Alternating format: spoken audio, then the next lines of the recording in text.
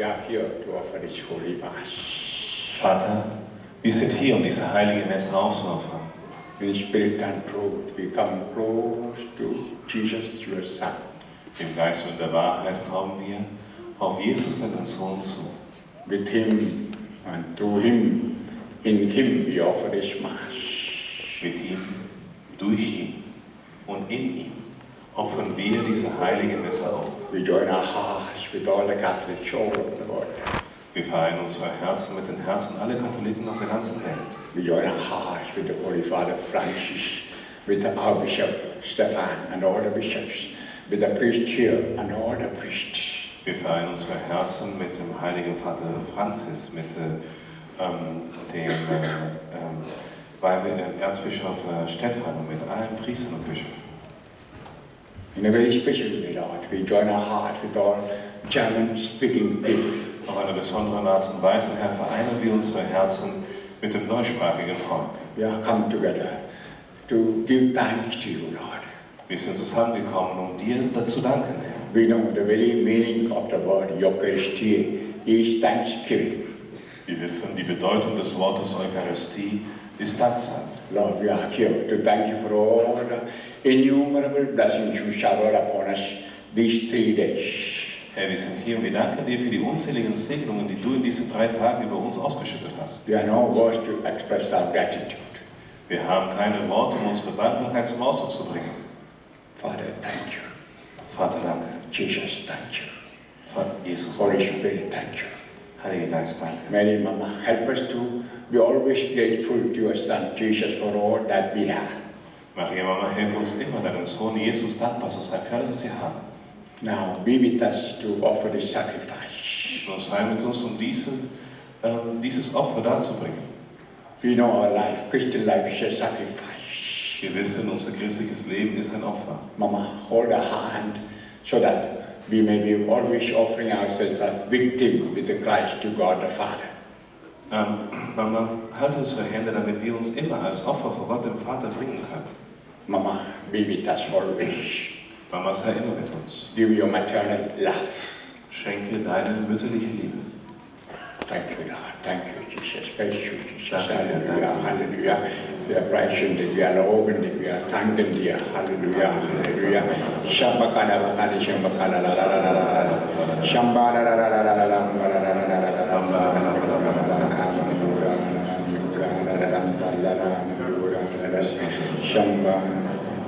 Im Namen des Vaters und des Sohnes und des Heiligen Geistes. Amen.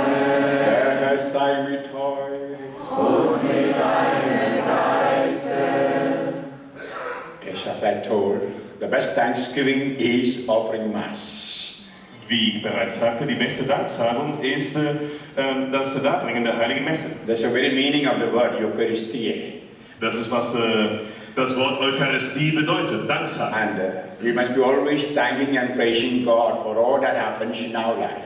Und wir müssen Gott immer danken und preisen für all das, was in unserem Leben geschieht. Not only for the positive things that happens, even for the negative event that happens in our life. Nicht nur für die positiven Dinge, die passieren, sondern auch für die negativen Dinge, die in unserem Leben geschehen. Yeah, nothing happens out of His providence. Nichts geschieht außerhalb seiner Vorsehung. Everything that happens in us is in His plan and in His will. Alles, was in uns geschieht, ist in seinem Plan und in seinem Willen. Very clearly, the Word of God says, He does for good for those who love Him. Sehr deutlich sagt das Wort Gottes, er tut alles zum Besten für jene, die ihn lieben. Romans chapter 8, 28. Römer 8, 28. Sometimes with our negative eyes or skeptical eye, we see things as negative. But for God, everything is for our good. Manchmal mit unseren negativen Augen, mit unseren skeptischen Augen sehen wir die Dinge als negativ, aber für Gott ist alles zum Besten. Even the things that we think negative, God can change into positive. Sogar die Dinge, die wir als negativ erachten, kann der Herr zu Positiven verwandeln. And that is made possible by the Holy Spirit in us. Und das wird durch den Heiligen Geist in uns möglich gemacht. Hallelujah. Halleluja. Hallelujah. Hallelujah. Last 7 years I had, for example, the humiliation of sitting on the wheelchair while all other priests were standing. In den vergangenen 7 Jahren muss ich die Erniedrigung über mich erdulden, dass ich im Rollstuhl sitze, während alle anderen Priester gestanden sind. And when others all walk, I had my feeling of humiliation. Und während alle umhergelaufen sind, hatte ich mich erniedrigt gefühlt. But I never asked God, why you allow me to sit on the wheelchair, be humiliated or rejected? Aber ich habe Gott nie gefragt, warum hast du mich erlaubt, hier im Rollstuhl zu sitzen und erniedrigt zu werden? Always has conviction. He had a plan. Ich war immer überzeugt, er hat einen Plan. Always that plan is for my good. Und dieser Plan ist immer zu meinem Besten. Hallelujah. Halleluja. I never prayed and said, God, allow me to throw away the wheelchair, walk around. I never prayed. Ich habe nie gebetet, dass Herr, erlaube mir, den Rollstuhl wegzuschmeißen und normal zu laufen. God has His own time for everything. Gott hat seine eigene Zeit für alles. All what we need to pray is, thy will be done, thy will be done. Was wir beten ist, dein Wille geschehen, dein Wille geschehen. Hallelujah. Sometimes with our small head, we think we know better than God. Manchmal mit unseren kleinen Köpfen denken wir wissen besser wie Gott. And we forget that God has a big head. Wir vergessen, dass Gott einen großen Kopf hat. And He has a big plan for our good our future. Und er hat einen guten Plan zu unserem besten Wohlergehen. And we read that very clearly in Jeremiah chapter 29:11. Und wir lesen das sehr deutlich in Jeremia, Kapitel 29, 11. So God has a plan for our welfare, for our good. Gott hat einen Plan zu unserem besten Wohlergehen. Sometimes with our small eye, we cannot find that.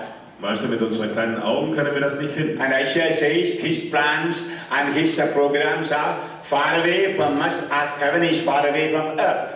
Und Jesaja sagt, seine Pläne, seine Gedanken sind weit weg von uns, so wie der Himmel von der Erde entfernt ist. Isaiah 55:8. Jesaja 55, 8. Hallelujah. So don't try to find answer to all our problems without the small head that is like a shell. Versucht nicht die Probleme zu finden für all die großen Probleme mit unserem kleinen Kopf. Das so ist wie eine kleine Nussschale. That's called intellectual pride. Das ist intellektueller Stolz. I should understand everything. I should know everything. Ich sollte alles verstehen, ich sollte alles wissen. Hallelujah. There are many things we cannot comprehend with our head. Es gibt viele Dinge, die wir nicht mit unseren Köpfen verstehen können. And the very thing that is going to happen, or you guys, we cannot comprehend with our head. Das, was jetzt geschehen wird, die heilige Eucharistie, können wir nicht mit unseren Köpfen verstehen. And when the priest said, your sins are forgiven, your sins were completely forgiven and completely wiped out. The sinfulness is completely wiped out. Als der Priester sagte, deine Sünden sind dir vergeben, wurden dir die Sünden gänzlich vergeben, alle deine Sünden sind gänzlich ausgelöscht. But you cannot see with your eyes. Aber du hast es nicht mit deinen Augen gesehen. So, best blessings come as invisible. Die besten Segnungen kommen unsichtbar. Invisible blessings are more and abundant than the visible blessings. Die unsichtbaren Segnungen sind umso mehr und die sind zahlreicher wie die sichtbaren Segnungen. And the Holy Spirit, who is invisible, who is Spirit, enables us to receive those blessings. Und der Heilige Geist, der unsichtbar ist, der Geist ist, befähigt uns dazu, diese Segnungen zu empfangen. We know that we have the Holy Spirit, am I right? Wir wissen, dass wir den Heiligen Geist empfangen haben, oder? Yeah. Can you see with your eyes?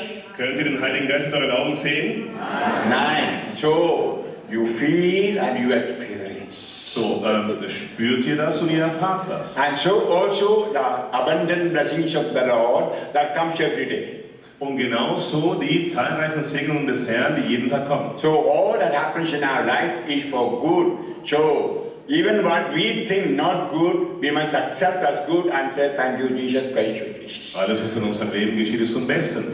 Und sogar das, was nicht gut ist, müssen wir als gut ansehen und sagen, danke Jesus, preise dich Jesus. For a moment let us put our hands on the chest and ask God's pardon for the time we were ungrateful to Him. Einen Augenblick wollen wir die Hände auf die Brust legen. Wir wollen Gott um Erbarmen bitten für die Zeit, da wir ihm undankbar waren. For the times we did not praise Him or love Him or thank Him enough. Für die Zeit, da wir ihn nicht gepriesen, geliebt haben, nicht genug gedankt haben.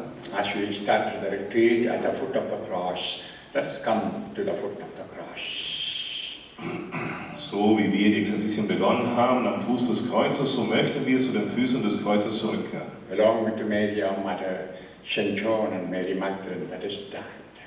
Gemeinsam mit Maria, unserer Mutter, mit dem heiligen Johannes und Maria Magdalena wollen wir dort stehen. Let's look at His heart that is broken for us. So wollen wir es in dem Herzen sehen, das für uns gebrochen ist. Let's lift our hearts and put our hearts in that heart. So wollen wir unsere Herzen in sein Herz legen. Say, I'm sorry, Lord. Sei es tut mir leid, Herr. I have sinned. Ich habe gesündigt. I have grieved your heart. Ich habe dein Herz betrübt. I plead for your mercy and love. Ich bitte um deine Liebe und um deine Wahl. Change my heart, Lord. Verwandle mein Herz. Give me a new heart. Schenke mir ein neues Herz. Always I want to live in the newness of my heart. Ich möchte immer in der Neuheit meines Herzens leben. Help me to put my heart always in your heart. Helfe mir, mein Herz immer in dein Herz zu halten.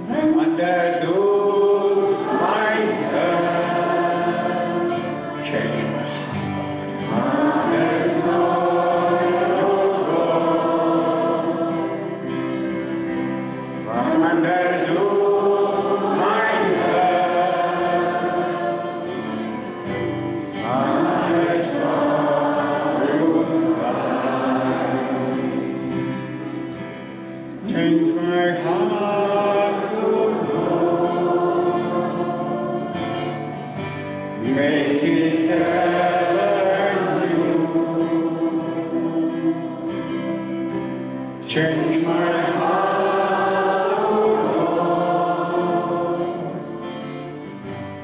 May I be like you.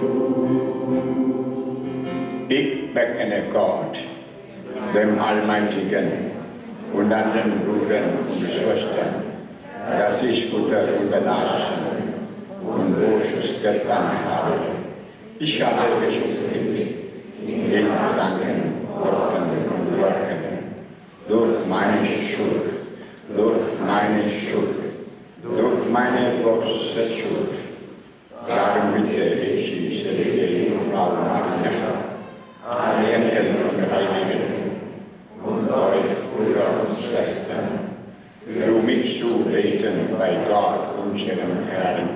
Der allmächtige Gott, erbarme sich unser, erlasse uns die Sünden nach und führe uns zum ewigen Leben. Amen. Herr, erbarme dich. Herr, erbarme dich. Christus, erbarme dich. Christus, erbarme dich. Herr, erbarme dich. Herr, erbarme dich.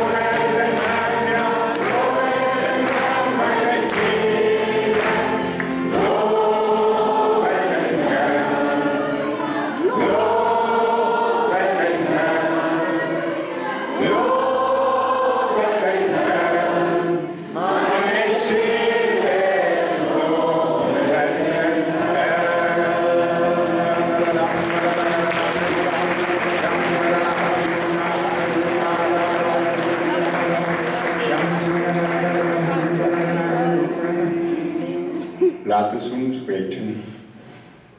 Allmächtiger Gott, wir dürfen dich Vater nennen, denn du hast uns an Kindestat angenommen und uns den Geist deines Sohnes gesandt. Gib, dass wir in diesem Geist wachsen und einst das verheißene Erbe empfangen.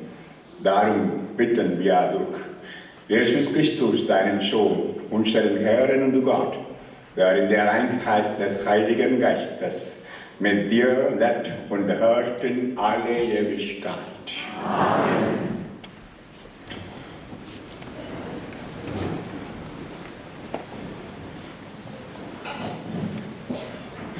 Lesung aus dem Buch Tobit.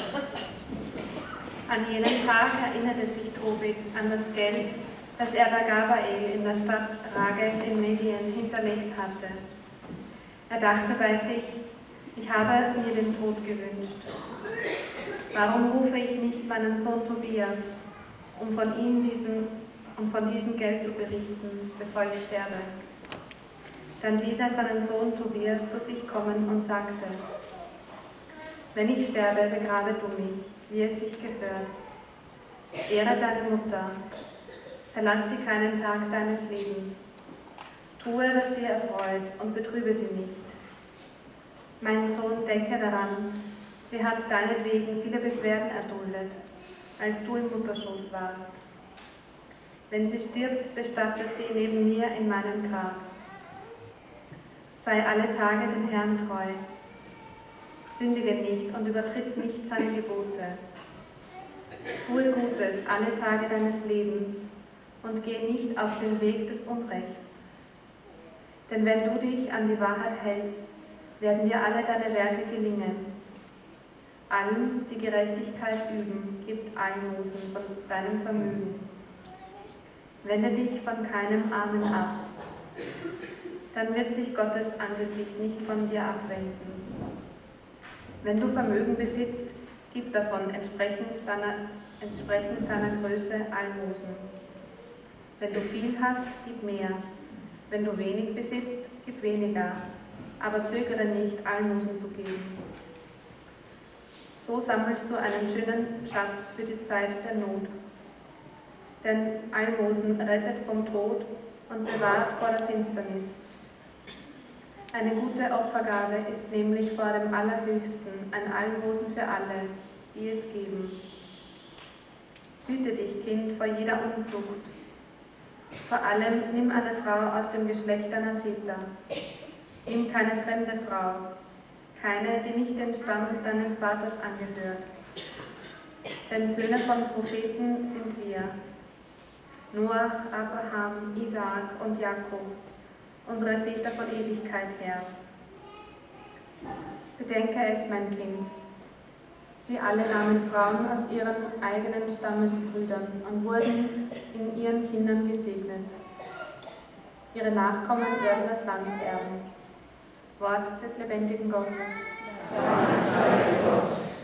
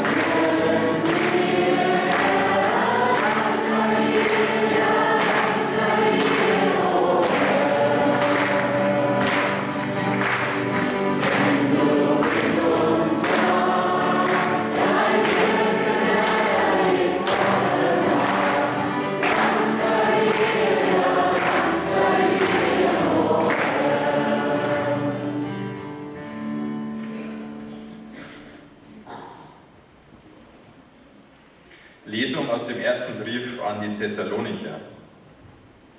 Wir bitten euch, Brüder, erkennt die an, die sich unter euch abmühen, die euch im Herrn leiten und euch zusprechen. Achtet sie hoch und liebt sie um ihre Arbeit willen. Haltet Frieden untereinander. Wir ermahnen euch, Brüder, weist die Unordentlichen zurecht, nehmt euch der Schwachen an, habt mit allen Geduld. Gebt Acht, dass keiner dem anderen Böses mit Bösem vergilt, sondern seid stets darauf bedacht, euch gegenseitig und allen Gutes zu tun. Freut euch alle Zeit, betet ohne Unterlass, dankt für alles, denn so will es Gott von euch in Christus Jesus. Löscht den Geist nicht aus, verachtet nicht prophetisches Reden, prüft alles und behaltet das Gute. Von jeder Art des Bösen haltet euch fern. Er aber, der Gott des Friedens, heilige euch ganz und gar. Euren Geist, eure Seele und euren Leib bewahre er unversehrt für die Ankunft des Herrn Jesus Christus. Treu ist er, der euch beruft. Er wird es auch vollbringen. Brüder, betet für uns. Grüßt alle Brüder mit dem heiligen Kuss. Ich beschwöre euch beim Herrn, diesen Brief allen Brüdern vorzulesen. Die Gnade unseres Herrn Jesus Christus sei mit euch. Wort des lebendigen Gottes. Dank sei Gott.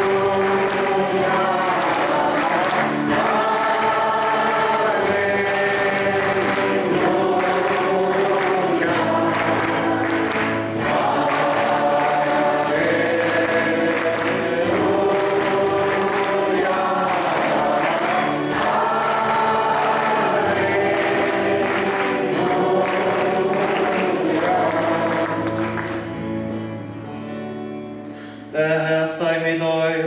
Und mit deinem Geiste. Aus dem heiligen Evangelium nach Johannes. Ehre sei dir, o Herr. Jesus spricht zu seinen Jüngern. Ich bin der wahre Weinstock und mein Vater ist der Winzer. Jede Rebe an mir, die keine Frucht bringt, entfernt er, und jede, die Frucht bringt, reinigt er, damit sie noch mehr Frucht bringt. Ihr seid schon rein durch das Wort, das ich zu euch gesagt habe. Bleibt in mir, dann bleibe ich in euch. Wie die Rebe aus sich keine Frucht bringen kann, sondern nur, wenn sie am Weinstock bleibt, so könnt auch ihr es nicht, wenn ihr nicht in mir bleibt. Ich bin der Weinstock, ihr die Reben. Wer in mir bleibt und in wem ich bleibe, der bringt viele Frucht. Denn ohne mich könnt ihr nichts tun. Wenn einer nicht in mir bleibt, wird er fortgeworfen wie die Reben und verdorrt. Man sammelt sie und wirft sie ins Feuer und sie verbrennen. Wenn ihr in mir bleibt und meine Worte in euch bleiben, dann bittet um was ihr wollt und es wird euch zuteil werden. Dadurch wird mein Vater verherrlicht, dass ihr viel Frucht bringt und meine Jünger werdet. Wie mich der Vater geliebt hat, so habe auch ich euch geliebt. Bleibt in meiner Liebe. Wenn ihr meine Gebote haltet, werdet ihr in meiner Liebe bleiben, so wie ich die Gebote meines Vaters gehalten habe und in seiner Liebe bleibe. Das habe ich zu euch gesagt, damit meine Freude in euch ist und eure Freude vollkommen wird. Das ist mein Gebot, dass ihr einander liebt, wie ich euch geliebt habe. Eine größere Liebe hat niemand als die, dass er sein Leben für seine Freunde hingibt. Ihr seid meine Freunde, wenn ihr tut, was ich euch auftrage. Ich nenne euch nicht mehr Knechte, denn der Knecht weiß nicht, was sein Herr tut. Euch habe ich Freunde genannt, weil ich euch alles mitgeteilt habe, was ich von meinem Vater gehört habe. Nicht ihr habt mich erwählt, sondern ich habe euch erwählt und euch dazu bestimmt, dass ihr geht und Frucht bringt und dass eure Frucht bleibt, damit der Vater euch gibt, was immer ihr von ihm in meinem Namen erbittet. Dies trage ich euch auf, dass ihr einander liebt. Evangelium unseres Herrn Jesus Christus. Los sei dir, Christus.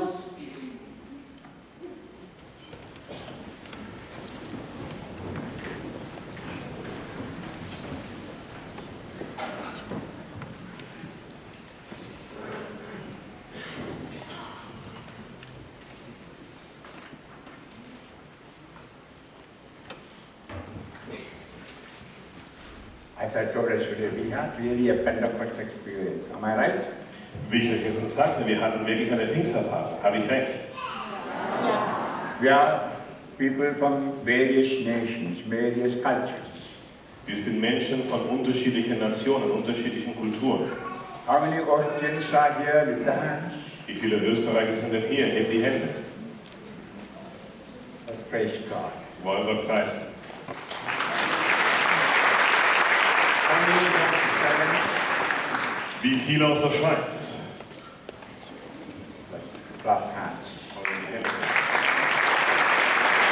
How many from Eritrea? Wie viele aus Eritrea? Stand up, please. That Bitte is steht auf, Eritrea.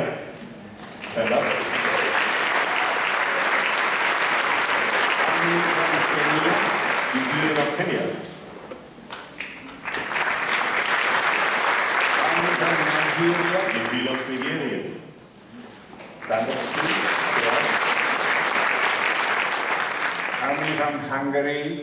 Wie viele aus Ungarn? How many from Croatia? Wie viele aus Kroatien?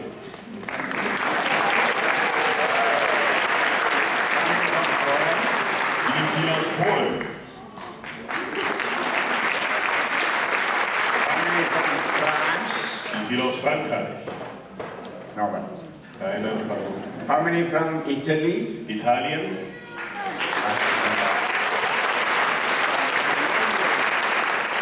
Any other nation except Germans? Andere Nationen außer Deutschland? Mexico.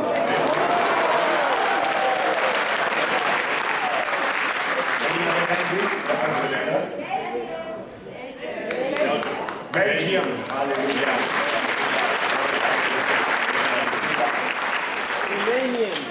Romanian. Rumänien? Ah, stand up. Hallelujah. Hallelujah. Germans. Deutsche? Wie viele Deutsche sind da?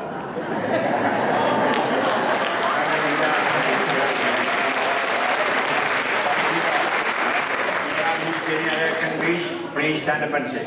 Wenn ich Ihnen andere Länder verpasst habe, steht auf und sagt das.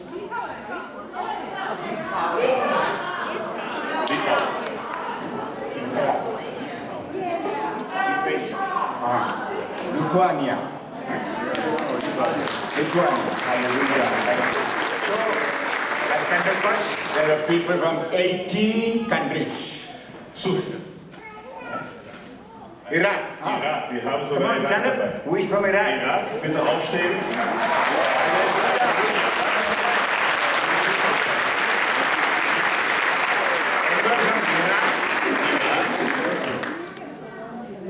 Irak, nee, niemand. Anyone from any other Arabic countries? Andere arabische Länder. We love you. Peru ist auch dabei. Peru. Hier.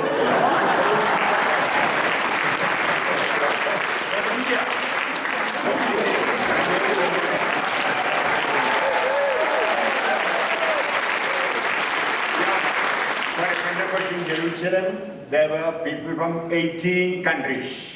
Zu Pfingsten in Jerusalem waren da Menschen aus 18 Ländern. But now we are much more. Aber jetzt sind wir noch viel mehr Länder. Actually, the whole world is represented here. Eigentlich ist die ganze Welt hier The repräsentiert. universal church. Die universelle Kirche. Hallelujah. Halleluja. So we are one in spirit. So sind wir eins im Geist. Thank God and praise God. Wir wollen Gott danken und preisen. And I think I did not give a homily. You heard 3 readings. Actually, all the readings were homilies. Ich denke, ich brauche keine Predigt halten. Ihr habt 3 Lesungen gehört. Eigentlich waren diese 3 Lesungen alle Predigten. The first reading you heard from a father, Tobit. Die erste Lesung hat ihr von einem Vater Tobit gehört. It doesn't hide anything to the son. Er verwehrt seinem Sohn nichts. Telling about the money, property, everything. Er erzählt ihm über das Geld, das Eigentum und so weiter. Tell him very carefully, respect, love your mother, take care of your mother. Und sagt ihm sehr klar, respektiere, liebe deine Mutter, kümmere dich um deine Mutter. Soon I'm going to die. Bald werde ich sterben. Give me a decent funeral. Gebe mir einen anständigen Begräbnis. And bury your mother, my wife, in the same tomb. Und begrabe deine Mutter, meine Frau im gleichen Grab. And then say, my son, don't go with the bad companions. Und dann sagt er, mein Sohn, geh nicht mit schlechten Freunden. Always keep the Lord in your heart and keep the commandments. So behalte die Gebote in deinem Herzen, halte das Gesetz in deinem Herzen. Never go with the people who do wrong. Tu nicht mit Menschen umherziehen, die Schlechtes tun. And then advise to give alms. Und dann hat er ihm den Rat gegeben, Almosen zu If geben. you have more money, give more. Little, even from the little give. Wenn du mehr Geld hast, gib mehr. Wenn du wenig hast, gib selbst vom wenigen, was du hast, etwas. Almsgiving is a means to get forgiveness of sins. Almosen geben ist eine Art und Weise, Vergebung der Sünden zu erhalten. Also it will bring eternal life. Und das bringt auch das ewige Leben. And is a worthy offering pleasing to God. Und es ist eine würdige, Gott wohlgefällige Opfergabe. And the last advice, keep away from all immorality. Und der letzte Ratschlag, bleibe fern von einer jeden Unsündlichkeit. And this is same advice Paul was giving. Das ist der gleiche Ratschlag, den Paulus gegeben hat. This is God's will for you, your holiness. Refrain from all immorality. Das ist der Wille Gottes für dich, deine Heiligkeit, dass du dich von aller Unsittlichkeit abwendest. 1 Thessalonians chapter 4, 3. Das ist Thessalonikerbrief, Kapitel 4, Vers 3. On these days, we must meditate this very much. An diesen Tagen müssen wir das sehr meditieren. Immorality is growing everywhere. Unsittlichkeit wächst überall. And it's very difficult when we make a decision to live a holy life. Es ist sehr schwierig, wenn wir eine Entscheidung treffen, dein heiliges Leben zu führen. Whenever God speaks about holiness of life, He speaks clearly about morality of life. Wann auch immer Gott über die Heiligkeit des Lebens spricht, spricht er auch über die Sittlichkeit des Lebens. Now what the church has lost and the world has lost are values of morality. Und was die Kirche und die Welt verloren hat, sind moralische Werte. Everywhere compromise. Überall Kompromisse. Doesn't matter if you divorce. Es macht nichts, wenn du dich scheidest. Doesn't matter. You are a boy, you can marry a boy. Das ist egal, wenn du einen Jungen heiraten willst, heiraten einen Jungen. It doesn't matter even if you watch pornography. Selbst wenn du ein Junge bist und es ist egal, wenn du As Pornografie we say in schaust. Germany or Austria, it's normal. So wie wir in Deutschland und Österreich sagen, es ist normal. Hallelujah. Halleluja. So I told already this in my class. So habe ich euch das bereits bei meinem Vortrag erzählt. Let us be uncompromised. So wollen wir kompromisslos sein. Never try to mix light with the darkness. Und lasst uns niemals Licht und Finsternis vermischen. Never you can mix the light with the darkness. Wir können niemals Licht und Finsternis When the light vermischen. comes, darkness go away. Wenn das Licht kommt, dann verschwindet die Finsternis. Never mix good and bad. Vermischt niemals gut und schlecht. Hallelujah. Halleluja. In other words, don't sit on two chairs. Anderen Worten, sitzt nicht auf 2 Stühlen. Hallelujah. Halleluja. Sit on one chair. Sitzt auf einem Stuhl. Let that be the lap of So Jesus. soll das der Schoß Jesus sein. Loving him and following him. Ihn lieben, ihm nachfolgen. That's what you heard in the gospel. Das habt ihr bei den Evangelien Like gehört. a branch to the tree. Wie eine Zweig vom Baum. Cling to the heart of Jesus. Cling to the life of Jesus. Haltet euch am Herz Jesu fest, am Leben Jesu fest. Hallelujah. Halleluja. I like that word, cling, like a child clinging to the mother. Ich mag dieses Wort festhalten, wie ein Kind sich an seine Mutter festhält. I've seen how 8 children were clinging to the chest or breast of Janine. Ich habe gesehen, wie 8 Kinder sich an die Brust Janins festgehalten haben. And that's the way we have to cling to Jesus our Lord with the love. Müssen wir uns an Jesus mit Liebe festhalten. Yeah, like a child to the mother. Wie ein Kind der Mutter gegenüber. And with much love, warmth from the heart. Mit viel Liebe und Wärme im Herzen. And even if the mother tried to dissuade the child will cling, Mama, Mama, Mama. Und selbst wenn die Mutter versucht, das Kind wegzugehen, das Kind wird sich festhalten. Mama, Mama, Mama. So also, in the Holy Spirit, always calling, Jesus, Jesus, Jesus, my Jesus. Und so rufen wir immer im Heiligen Geist, Jesus, Jesus, Jesus, mein Jesus. You know, sometimes I fight with these 8 children. Wisst ihr, manchmal streite ich mich mit diesen 8 Kindern. Also I have seen Gabi fighting with them. Aber auch gesehen, wie Gabi mit ihnen You streitet. know when? Wisst ihr was? Sometimes I say, my Jesus. Manchmal sage ich, es ist mein Jesus. Then Tim come and say, no, no, no, my Jesus. Dann kommt Tim und sagt, nein, es ist mein Jesus. Then John will say, no, no, my Jesus. Dann sagt er, nein, es ist mein And Jesus. if I go on saying my Jesus, they will come and hit me. Und wenn ich weiterhin darauf beharre, dass es mein Jesus ist, dann schlage ich It's sie. my Jesus. Nein, es ist mein Even a Jesus. small Nathaniel take the crucifix and say, my Jesus. Sogar der kleine Nathanael nimmt den Kruzifix und sagt, mein Jesus. And they do the same with the grandmother. Die tun das gleiche mit der Großmutter. So I am advising to be selfish. So empfehle ich euch, selbstsüchtig zu sein. Hallelujah. Halleluja. Be selfish in loving Jesus. Seid selbstsüchtig bei der Liebe zu Jesus. Be selfish in loving the church. Seid selbstsüchtig bei der Liebe der Kirche Be gegenüber. selfish in loving your own soul. Seid selbstsüchtig, indem ihr eure eigene Seele liebt. Remember the word, Luke chapter 9, 25. Erinnert euch an das Wort Lukas Kapitel 9, Vers Even if you 25. gain the whole world, what does it profit if you lose your soul? Selbst wenn du die ganze Welt gewinnst, was bringt es dir, wenn du deine Seele verlierst? It's a word I meditate every day. Das ist ein Wort, das ich jeden Tag meditiere. Yeah, through many retreats and exercises, talks, healing service, I'm gaining the whole world. Durch viele Vorträge, Exerzitien, Heilungsgebete, so gewinne ich die ganze Welt. What does it profit if I lose my soul? Was bringt es, wenn ich meine Seele verliere? If I go to hell, my hell will be the worst to hell. Wenn ich zur Hölle gehe, wird meine Hölle die schlimmste Hölle sein. Hallelujah. Halleluja. So always I pray, Lord, save me.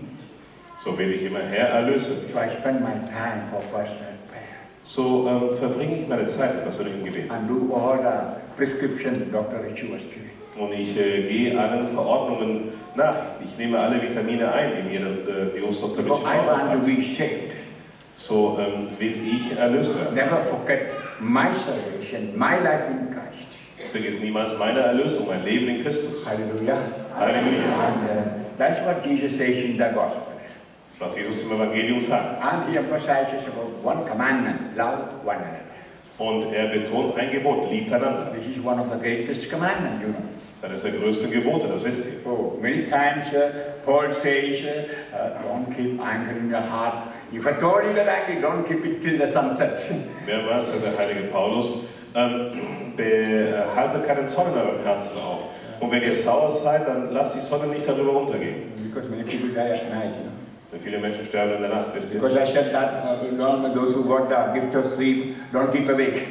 weil ich das gesagt habe, ja, sollen jetzt jene, die die Gabe des guten, gesunden Schlafes bekommen haben, jetzt, nicht die Gabe verlieren. Ja. Yeah, once I heard a testimony like that because I said many people die at night.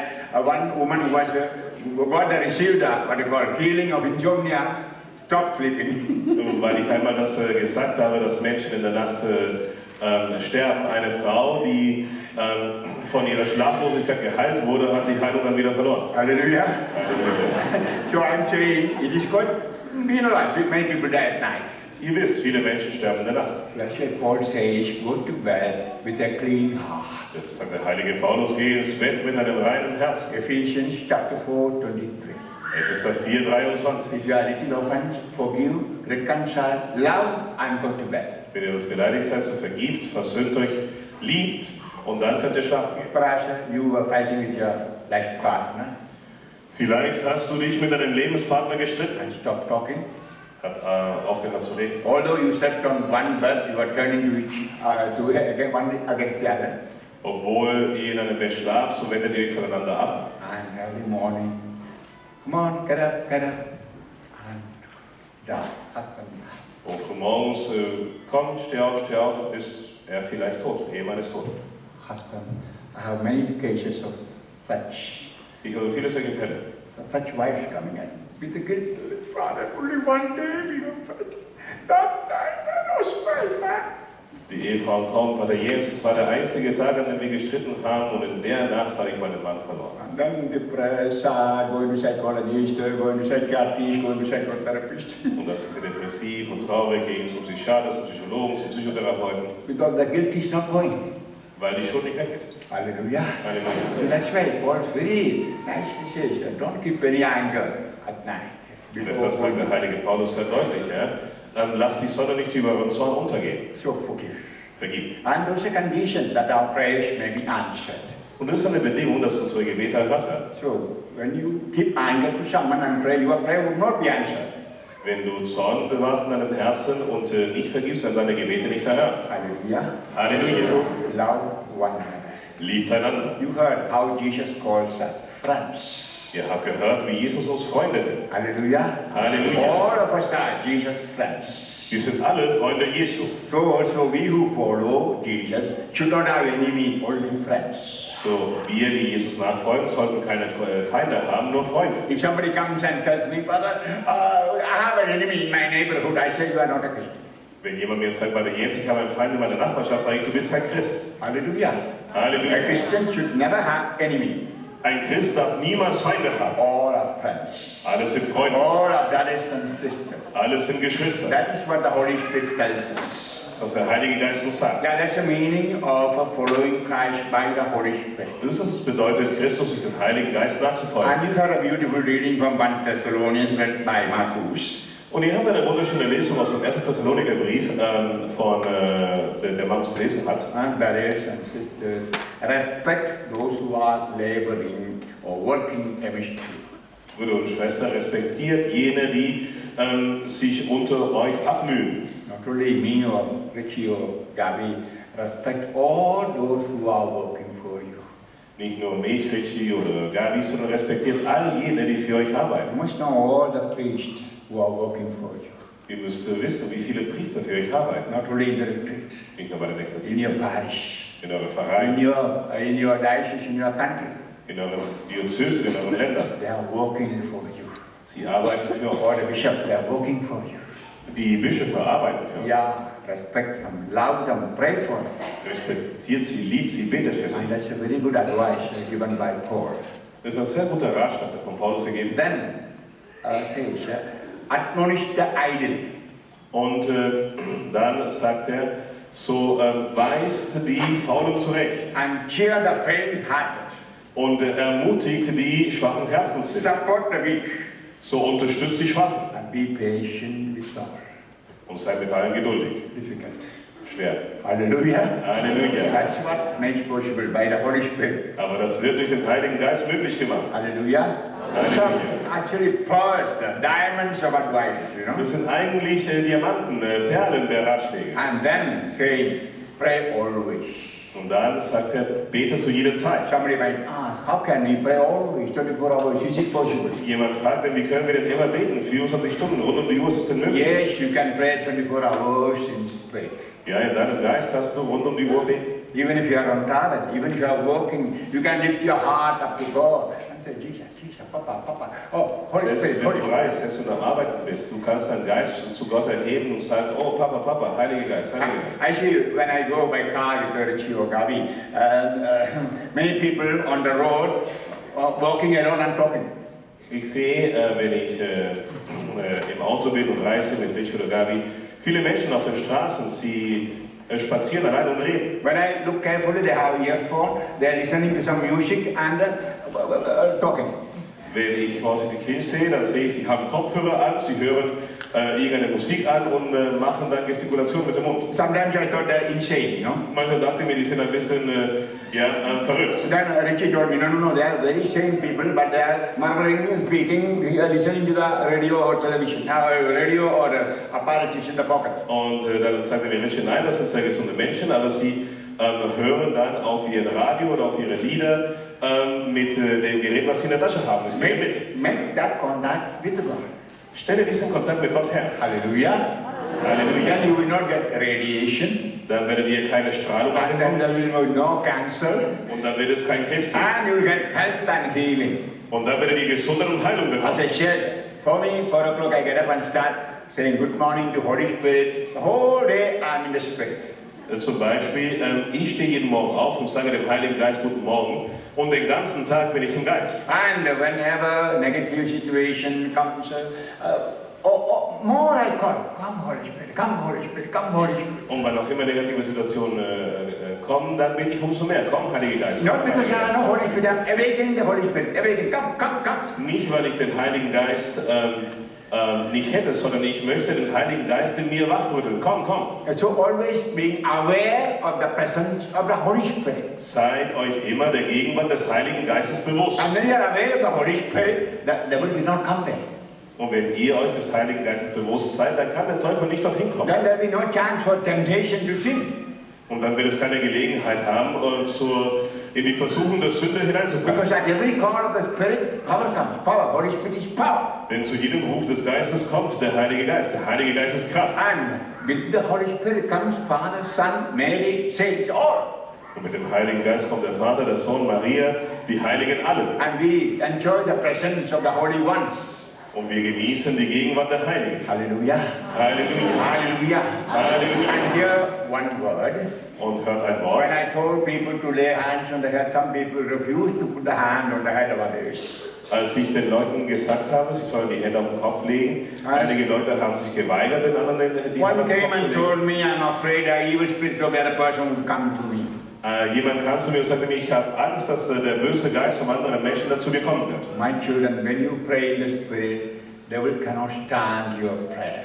Meine Kinder, wenn ihr im Geist betet, kann der Teufel euren Gebeten nicht standhalten. Even if I am a possessed man, Selbst wenn ich ein besessener Mann bin I pray for Richie now. und ich bete jetzt für Richard, The evil spirit will be silent there, my Holy Spirit will be praying for you. der böse Geist wird da in aller Stille sein und mein Heiliger Geist wird für ihn beten. And my devil, my evil cannot go to Richie. Und mein Teufel kann nicht zu Richie rübergehen. I know some people have this misunderstanding. Ich denke, dass einige Menschen dieses Missverständnis haben. No, my children. Nein, meine Kinder. When you pray in the Holy Spirit, only Holy Spirit will go to your prayer and hands to the other one. Wenn ihr im Heiligen Geist betet, nur der Heilige Geist wird durch eure Gebete und durch eure Hände zum anderen gehen. That's why Jesus said, lay your hands and pray. Deshalb sagt er, Jesus, legt die Hände auf und betet. Especially for those who are ill. Insbesondere für jene, die krank sind. Hallelujah.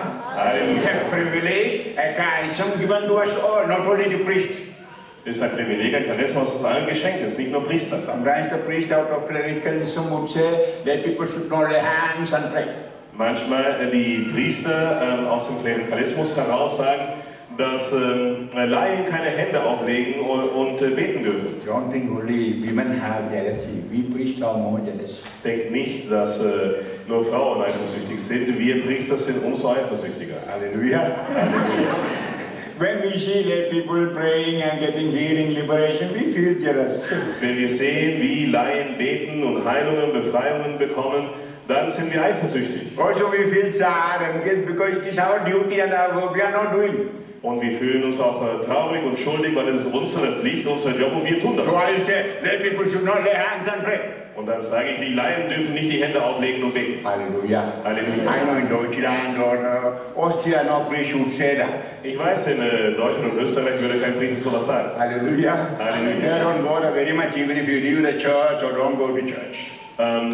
Sie werden nicht viel sagen, selbst wenn die Menschen aus der Kirche austreten und nicht mehr in die Kirche gehen. They are very indifferent. Sie sind das sehr gleichgültig. And that's very good. Und das ist gut so. Hallelujah. Halleluja. Is it very good? Ist es sehr gut? No!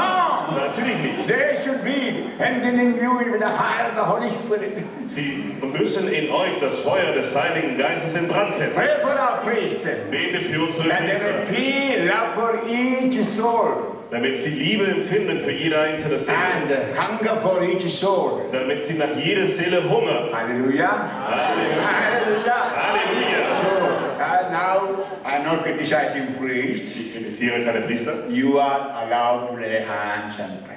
Wie es ist euch gestattet, die Hände aufzuerlegen und zu beten. And when you are troubled with some evil spirit, Und falls ihr Probleme habt mit einem bösen you Geist, can command the spirit to depart from you. du kannst diesen Geist befehlen, dich zu verlassen. Maybe a temptation to take alcohol, a temptation to commit maybe suicide. Vielleicht die Versuchung, Alkohol zu trinken, die Versuchung, Selbstmord zu begehen. I told you one of the classes, as the Holy Spirit comes, spirit of love, spirit of peace, spirit of joy. Ich habe euch bei einem Vortrag erzählt, so wie der Heilige Geist kommt, Geist der Liebe, Geist der Freude. Devil also comes as spirit of division, spirit of hatred, spirit of divorce. Geist des Friedens. So kommt dann der Teufel auch als Geist der Trennung, Geist der Scheidung, Geist des Hasses, Geist des Or Streites, spirit of aggressiveness, spirit of alcoholism. Geist der Aggressivität, Geist der Alkoholabhängigkeit. And behind all what we do, there's just spirit. Hinter allem, was wir tun, ist ein Geist. Because the whole world is filled with the spirit. Denn die ganze Welt ist mit Geistern erfüllt. Both Holy Spirit and evil spirit. Sowohl mit dem Heiligen Geist wie auch mit bösen If you Geistern. open our heart to the Holy Spirit will come to us. If you open our heart to the devil, of course the spirit of devil will come.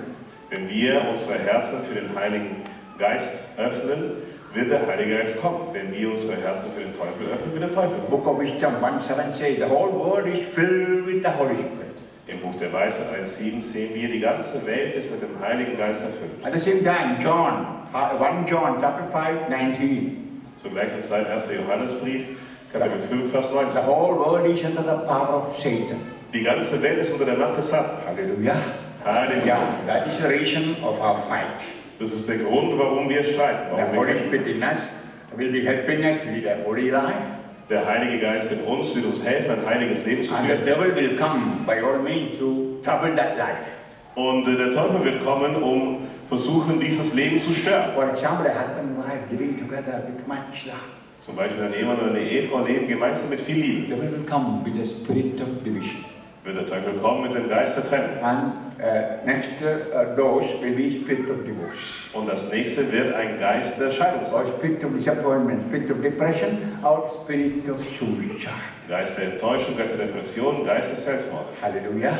Hallelujah. So we have to command in our prayer the evil spirit to depart. So müssen wir in unseren Gebeten dem bösen Geist befehlen zu gehen. And when you do that, make a sign of the cross on the forehead, on the chest. Und wenn ihr das tut, macht euch ein Kreuzzeichen auf der Stirn, auf der Brust. And if you have holy water, dip the finger in the holy water, do it. Wenn ihr Weihwasser habt, dann taucht eure Finger in Weihwasser ein und dann könnt ihr das machen. And if you have blessed oil, you can apply that blessed oil. Wenn ihr geweihtes Öl habt, könnt ihr dieses geweihte Öl anwenden. Or if you have a crucifix, put it on the chest. Falls ihr ein Kruzifix habt, dann zieht es an der Brust an. And if you have a crucifix on your chain, or surely, immediately you can touch and bring the presence of the crucified Lord. Und falls du eine Kruzifix an deiner Kette hast, kannst du es berühren und in dir der Gegenwart des Herrn sofort bewusst werden. We know it is on Calvary, the devil was crushed. Wir wissen, dass der Teufel auf dem Kalvarienberg besiegt wurde. And also, if you are a father or a mother, you have the right and privilege to pray for your children by laying hands. Und auch wenn du ein Vater oder eine Mutter bist, hast du das Recht und das Privileg, für deine Kinder zu beten und ihnen die Hände aufzuerlegen. You don't need any permission from a priest or a bishop for that. Da brauchst du keine Erlaubnis vom Priester oder Bischof dafür. Hallelujah. Halleluja. Grace, a blessing should flow from parents to the children. Gnade und Segnungen müssen fließen von den Eltern zu den Kindern. Hallelujah. Halleluja. Do it in the morning and the evening. Du das am Morgen und am Abend. Then your children will grow in grace. Und dann werden eure Kinder in der Gnade wachsen. This I see every day in the house where I stay.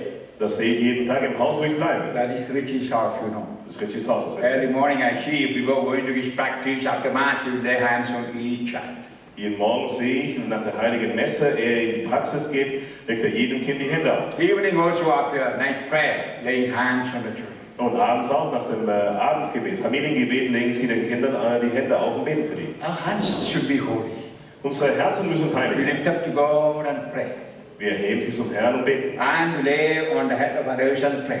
Und wir legen sie den anderen auf den Kopf und beten. And do good for others with the hand. Und unsere Hände, wir tun Gutes für andere mit den Händen. On the last day, the Lord will be asking questions about the things you have done with your hands. Am letzten Tag wird der Herr dir Fragen stellen über die Dinge, die du mit deinen Händen getan Did hast. you feed the hungry? Hast du den Armen zu essen Did you gegeben? build a house for the poor? Hast du für die Armen Häuser gebaut? Did you heal the sick? Hast du die Kranken geheilt? All the questions are concerning hands.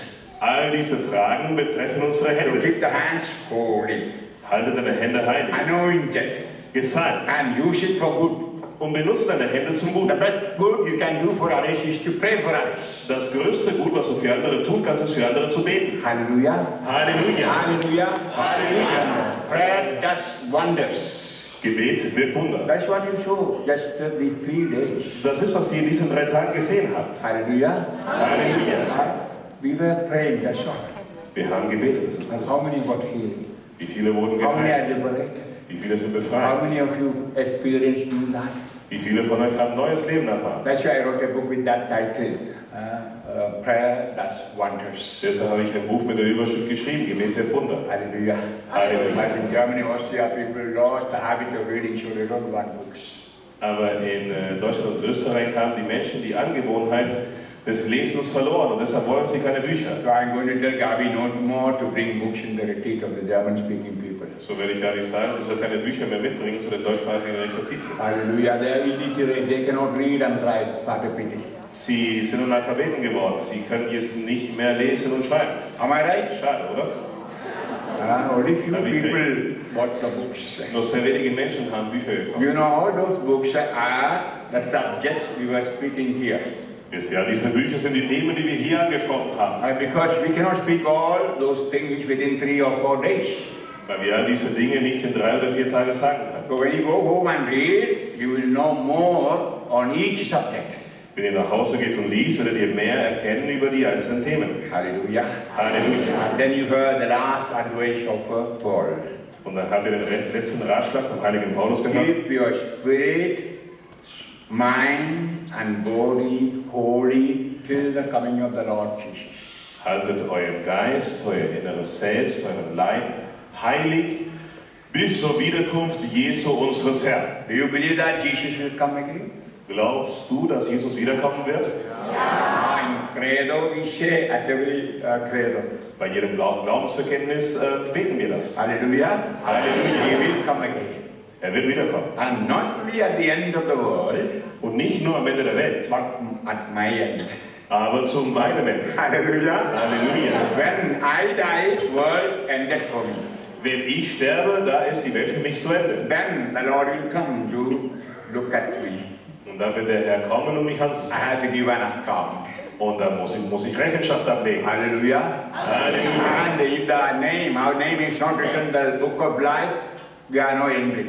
Und wenn unser Name nicht im Buch des Lebens eingezeichnet ist, da haben wir keinen Eintritt. And even if we enter on the right side of the book, if not a list of good deeds, we may have to go to the other side, hell.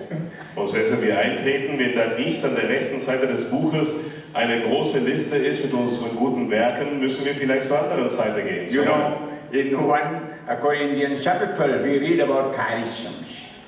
Im 1. Korintherbrief Kapitel 12 lesen wir über die Charismen. Charisma of preaching, charisma of singing, charisma of evangelizing, etc. Charisma des Predigers, Charisma des Singens, Charisma des Evangelisierens. At the end of the chapter, Paul says, I'll speak about a great charisma.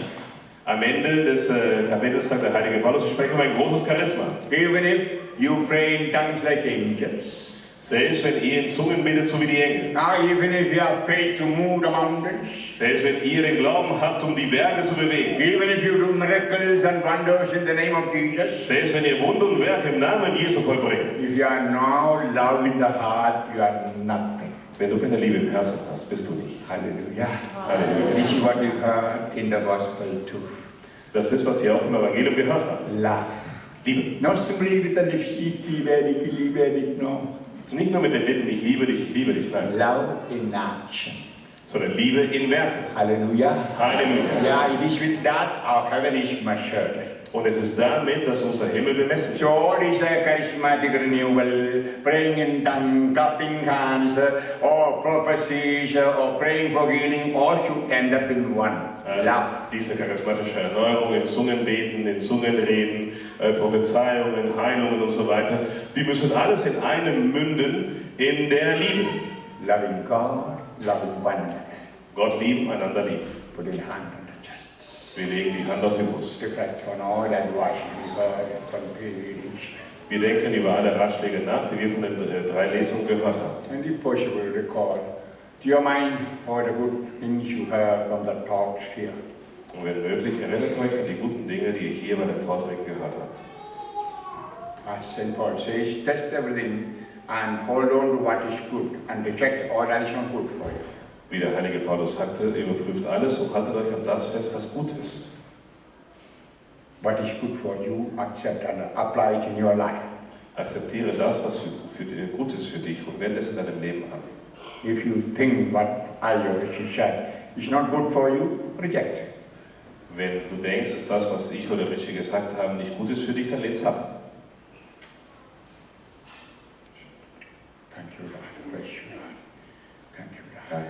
Thank you. Help us to grow in the vine you are. Hilf uns, Herr, im Weinstock zu wachsen, der du bist. Help us to produce fruits. Hilf uns, Herr, Früchte zu geben. If you find us without fruits, you will cut us down. Wenn wir uns ohne Früchte finden, wirst du uns abschneiden. And we will burn in the fire of hell. Und wir werden im Feuer der Hölle brennen. May it not happen. Möge es nicht geschehen. Help us to stick ourselves, cling ourselves to your heart, Hilf uns, uns an dein Herz festzuhalten, so that we may grow in you by the Holy Spirit damit wir in dir wachsen durch den Heiligen and Geist produce fruits, und Früchte geben. fruits in abundance, Früchte in Fülle. especially helping others, loving others, evangelizing, bringing many people to the kingdom of God. Insbesondere andere lieben, andere helfen, evangelisieren, viele Menschen zum Reich Gottes bringen. Lord, in all our weaknesses, Holy Spirit, come and help us. Herr, in all unseren Schwächen, Heiliger Geist, komm und hilf uns. Whenever we are tempted, allow us to command the evil spirit to depart. Wann auch immer wir in Versuchung sind, so Befehle den Bösen zu geben. Always ring in our heart the word you spoke. My God, your will is my holiness. Wir bitten dich, Herr, dass du immer in unseren Herzen die Worte, die du gesprochen hast, erscheinen lässt. Mein Wille für dich ist deine Heiligkeit. We write that down in our hearts. Wir werden das in unsere Herzen einschreiben. May it ring at every moment of our life. Möge es in jedem Augenblick unseres Lebens erscheinen. God's will for me is my holiness. Gottes Wille für mich ist meine Heiligkeit. Only the holy can enter heaven. Nur die Heiligen können in den Himmel eintreten. Thank you, Jesus. Danke, Jesus. Praise you, Jesus. Preis dich, Jesus. Hallelujah, hallelujah, hallelujah, hallelujah.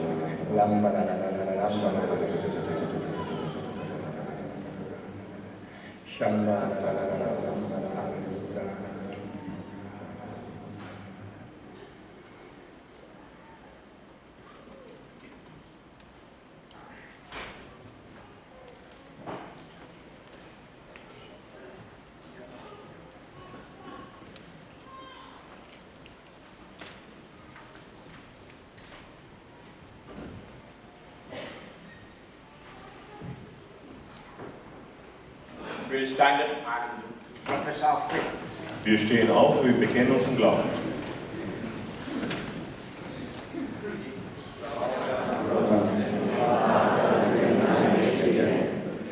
Amen.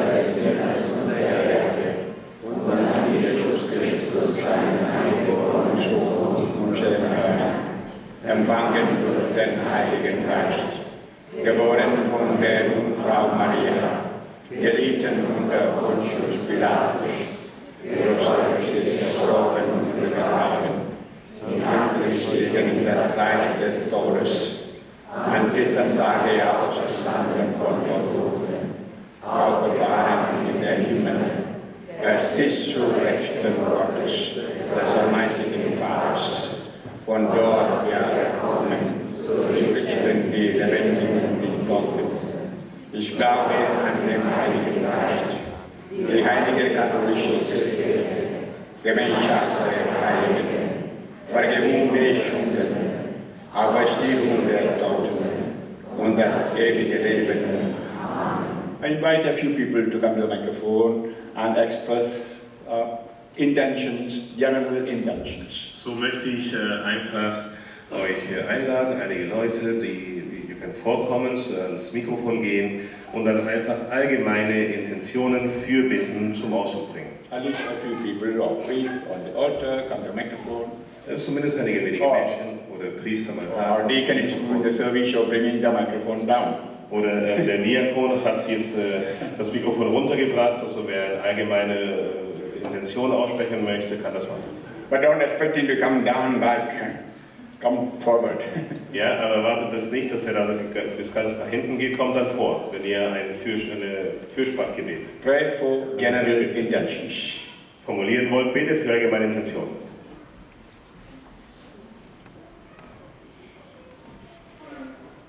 Für alle krebskranken Menschen, wenn es Gottes Wille ist, bitte heile sie, Jesus. Wir bitten dich, erhöre uns.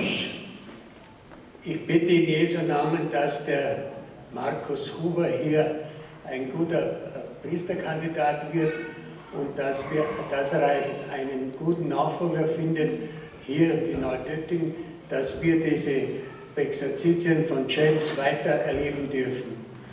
Wir bitten dich, erhöre uns.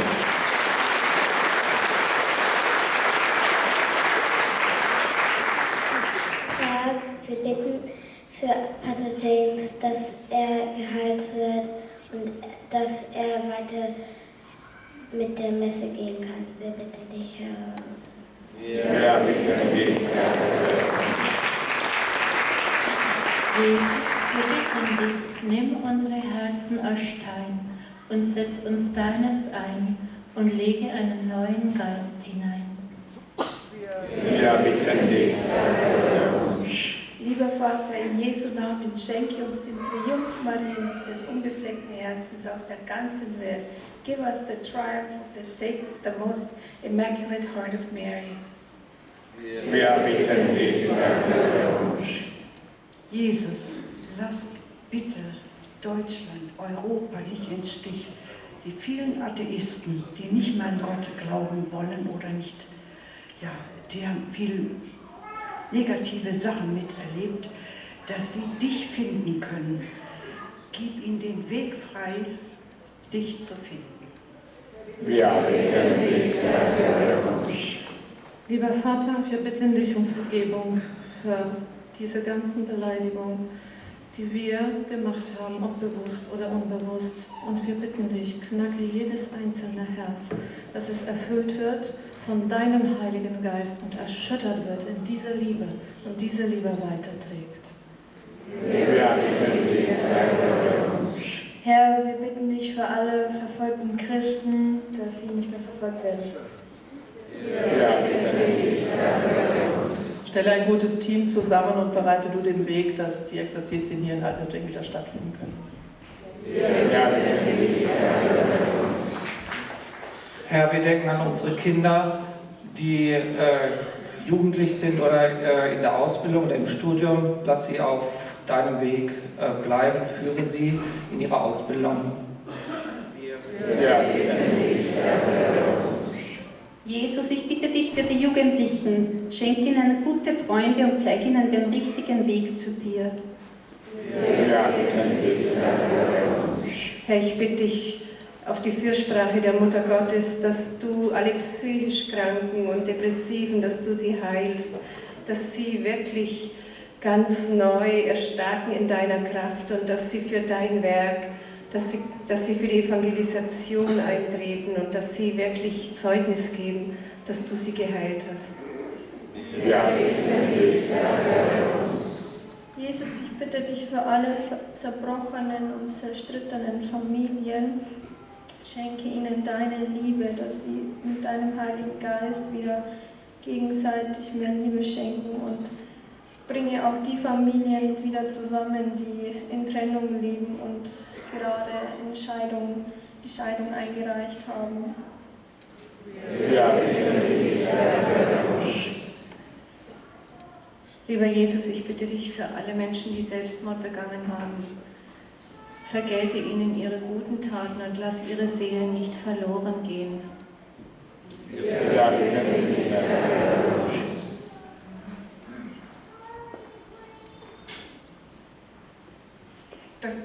Durch das unbefleckte Herz Mariens, o Jesus, deiner und unserer Mutter, bitte ich dich von Herzen um die Fülle des Heiligen Geistes für unser Land, für Europa, die ganze Menschheit, für Papst Franziskus, alle Bischöfe und Priester, für die verfolgten Christen und um Bekehrung aller reisenden Wölfe im Schafsplatz. Ich danke dir. Wir danken dich, erhöre uns. Lieber Jesus, heile bitte alle psychisch kranke Leute von Deutschland, von Europa und von der ganzen Welt.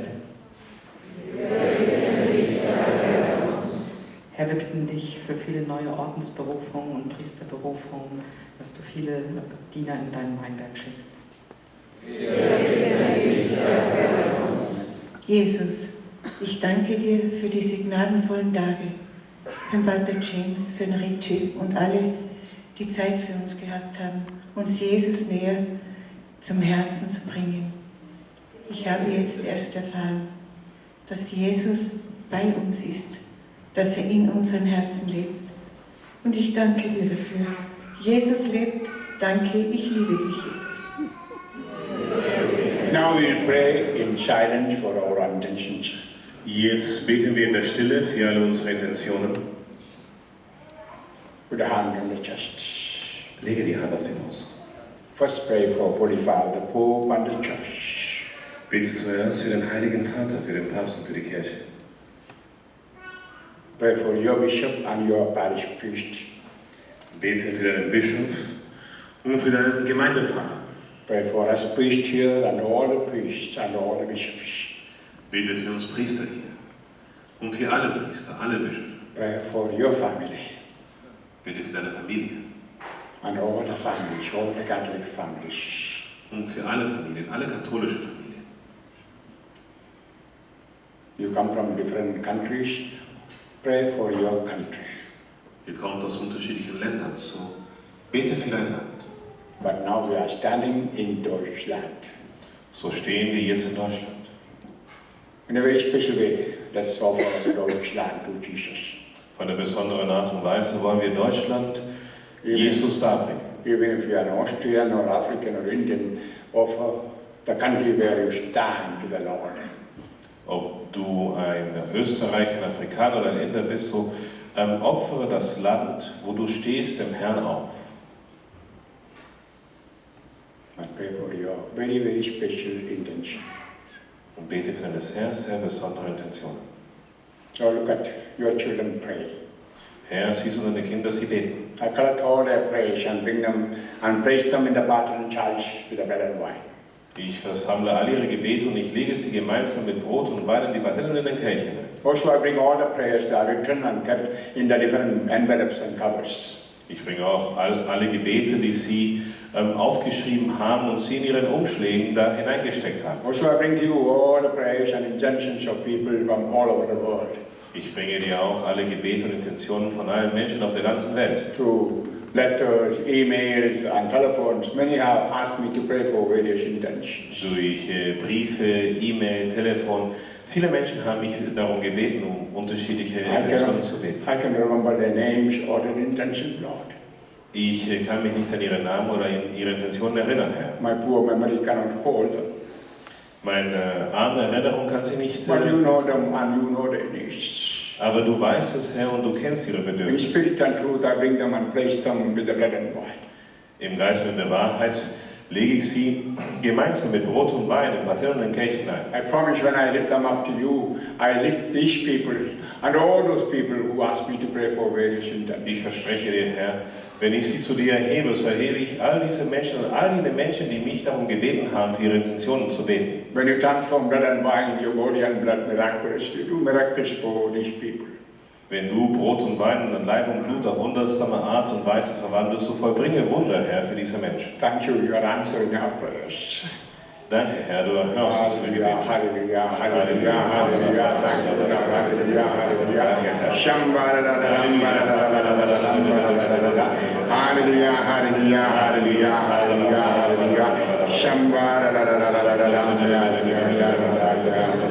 Halleluja. Halleluja, Halleluja, Halleluja, Halleluja, Halleluja. Wir bitten durch Christus, unseren Herrn. Amen.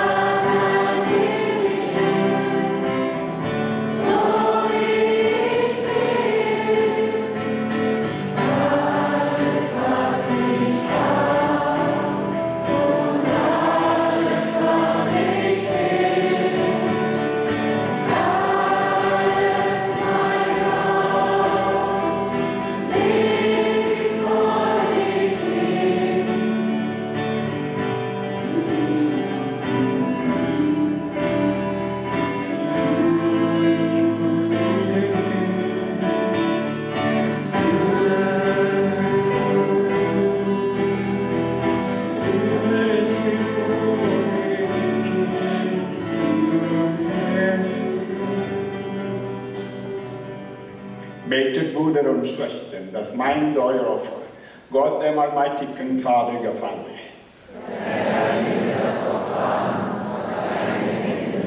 Zum Lob und Ruhm seines Namens, zum Segen für uns und seine ganze heilige Kirche. Herr unser Gott, wir bringen die Gaben zum Altar die du selber uns geschenkt hast. Nimm sie von deiner Kirche entgegen und mache sie für uns zum Sakrament des Heiles. Darum bitten wir durch Christus, unseren Herrn. Amen.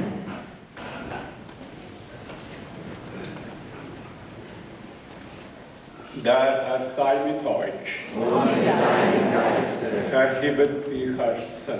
Wir haben sie beim Herrn. Lasset uns danken den Herrn, unseren Gott. Das ist würdig und recht. In Wahrheit ist es würdig und recht, dir, allmächtiger Vater, zu danken und deine Große zu preisen. Du bedarfst nicht unseres Lobes. Ist ein Geschenk deiner Gnade, dass wir dir danken. Unser Lobpreis kann deine Große nicht mehren, doch uns bringt Segen und Heil durch unseres Herrn Jesus Christus. Durch ihn ruhen wir jetzt und in Ewigkeit dein Erbarmen und singen mit den Choren der Engel das Lob deiner Herrlichkeit. Amen.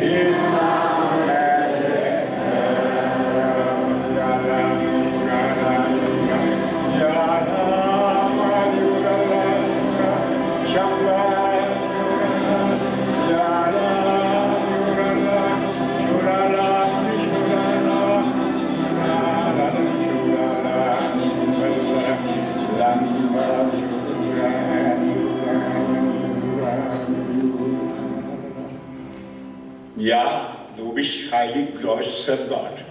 Du bist der Quell aller Heiligkeit. Darum kommen wir vor dein Angesicht und feiern in Gemeinschaft mit der ganzen Kirche den ersten Tag der Woche als den Tag, an dem Christus von den Toten erstanden ist. Durch ihn, den du zu deiner Rechten erhöht hast. Wir bitten dich, sende deinen Geist auf diese Gaben herab und heilige sie, damit sie uns werden, Leib und Blut deines Sohnes, unseres Herrn, Jesus Christus. Denn am Abend, an dem er ausgeliefert wurde und sich aus freien Willen den Leiden unterwarf, nahm er das Brot und sagte Dank, brach es, reichte es seinen Jüngern und sprach: Nehmet und esset alle davon. Das ist mein Leib, der für euch hingegeben wird. Halleluja, Halleluja, thank you Lord, Halleluja. Oh my Jesus, oh my Jesus, oh my Jesus, oh my Jesus, oh my Jesus, oh my Jesus, oh my Jesus, oh my Jesus.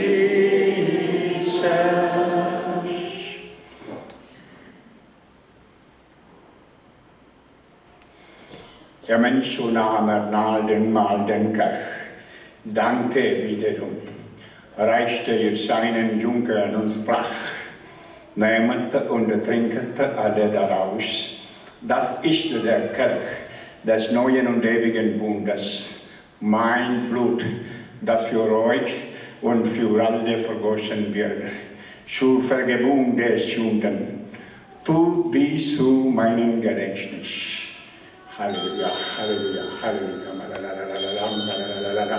Du bist Herr, du bist Herr, du bist auferstanden und du bist Herr.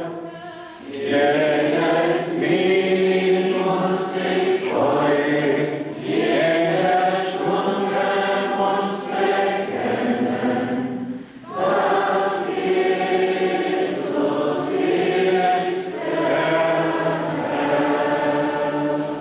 Geheimnis des Glaubens. Dein Tod verkünden wir und deine Auferstehung preisen wir, bis du kommst in Herrlichkeit. Darum, gütiger Vater, feiern wir das Gedächtnis des Todes und der Auferstehung deines Sohnes und bringen dir so das Brot des Lebens und den Kelch des Heiles dar. Wir danken dir, du uns berufen hast, vor du zu sehen und dir zu dienen. Wir bitten dich, schenke uns Anteil an Christi Leib und Blut und lass uns eins werden durch den Heiligen Geist. Gedenke deiner Kirche auf der ganzen Erde und vollende dein Volk in der Liebe, vereint mit unserem Papst Franziskus, unserem Bischof Stephan und allen Bischöfen, unseren Priestern, Diakonen, Ordenschristen, Ehepaaren und mit allen, die zum Diensten der Kirche bestellt sind.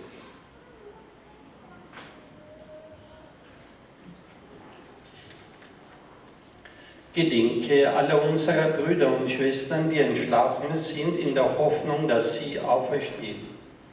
Nimm sie und alle, die in deiner Gnade aus dieser Welt geschieden sind, in dein Reich auf, wo sie dich schauen von Angesicht zu Angesicht. Vater, erbarme dich über uns alle, damit uns das ewige Leben zuteil wird. In der Gemeinschaft mit der seligen Jungfrau und Gottesmutter Maria, ihrem Bräutigam, dem heiligen Josef, mit deinen Aposteln und mit allen, die bei dir Gnade gefunden haben von Anbeginn der Welt, dass wir dich loben und preisen durch deinen Sohn, Jesus Christus.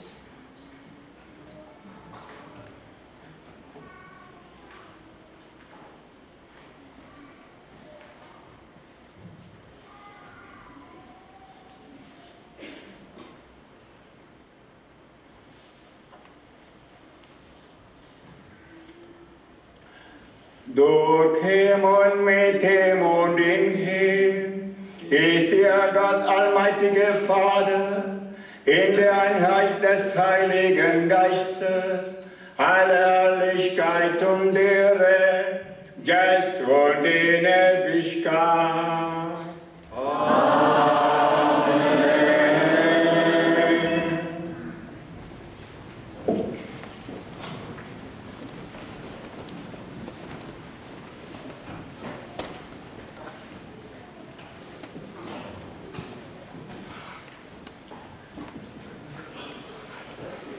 dem Wort unseres Herrn und unseres Gehorsams und getreu seiner göttlichen Weisung, waren wir zu singen. Vater unser, der du bist im Himmel,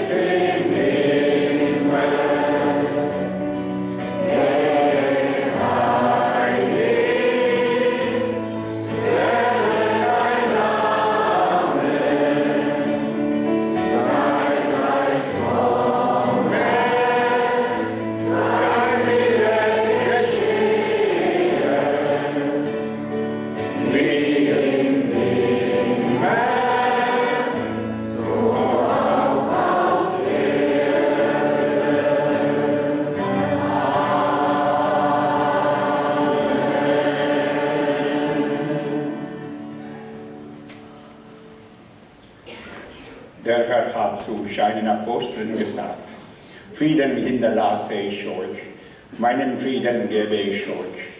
Deshalb bitten wir, Herr Jesus Christus, schau nicht auf unsere Sünden, sondern auf den Glauben deiner Kirche und schenke ihr nach deinem Willen Einheit und Frieden. Der Friede des Herrn sei allezeit mit euch. Und mit deinem Geiste. Gebt einander. Und gebt einander ein freudiges Zeichen des Friedens.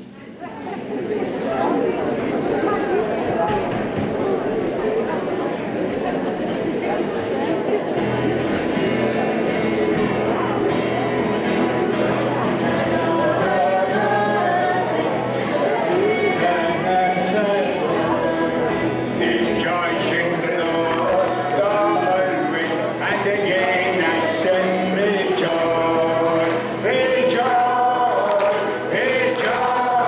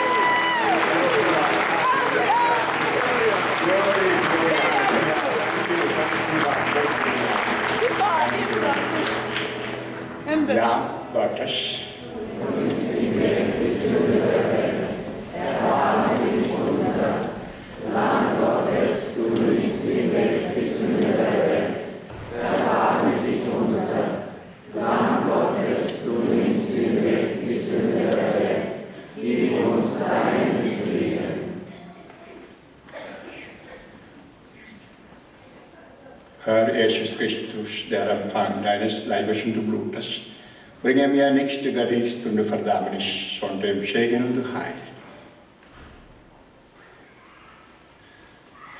Seht das Lamm Gottes, das nimmt die Sünde der Welt.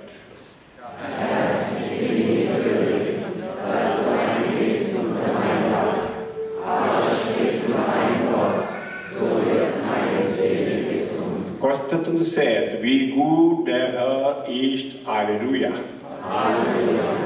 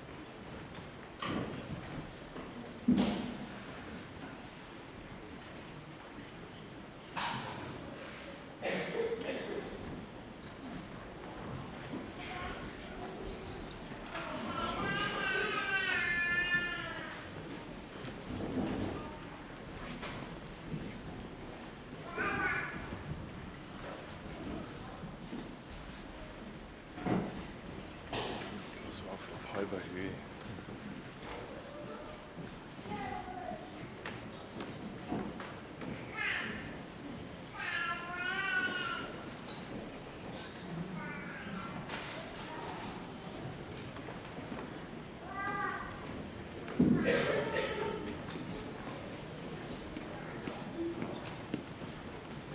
Ja.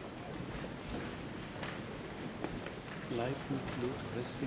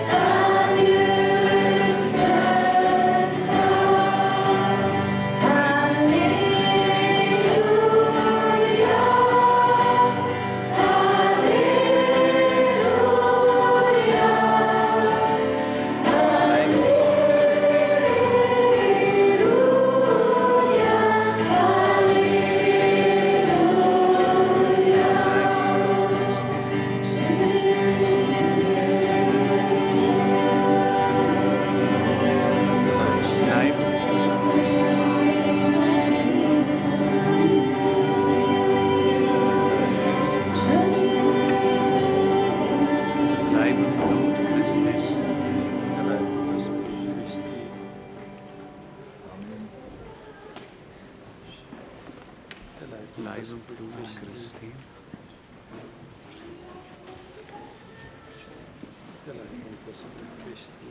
Leib und Blut Christi.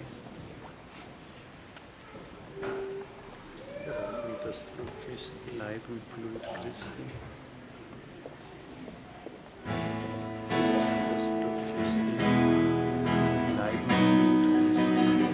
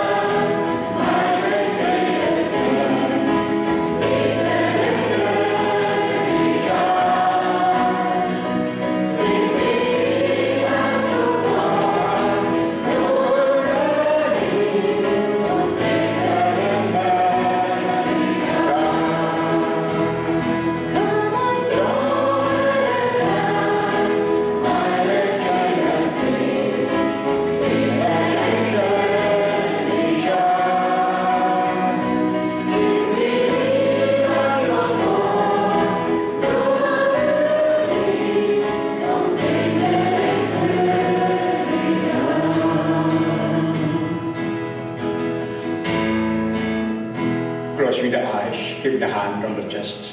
Pray to the Lord who is in you. Schließe die Augen. Halte die Hand auf die Brust.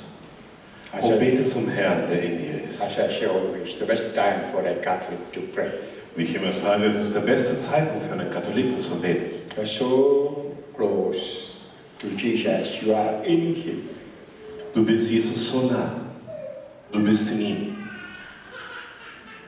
You can say from your heart, it's not I, but Jesus is in me, I'm living in Jesus. Kannst du im Herzen sagen, das bin nicht ich, sondern Jesus ist in mir.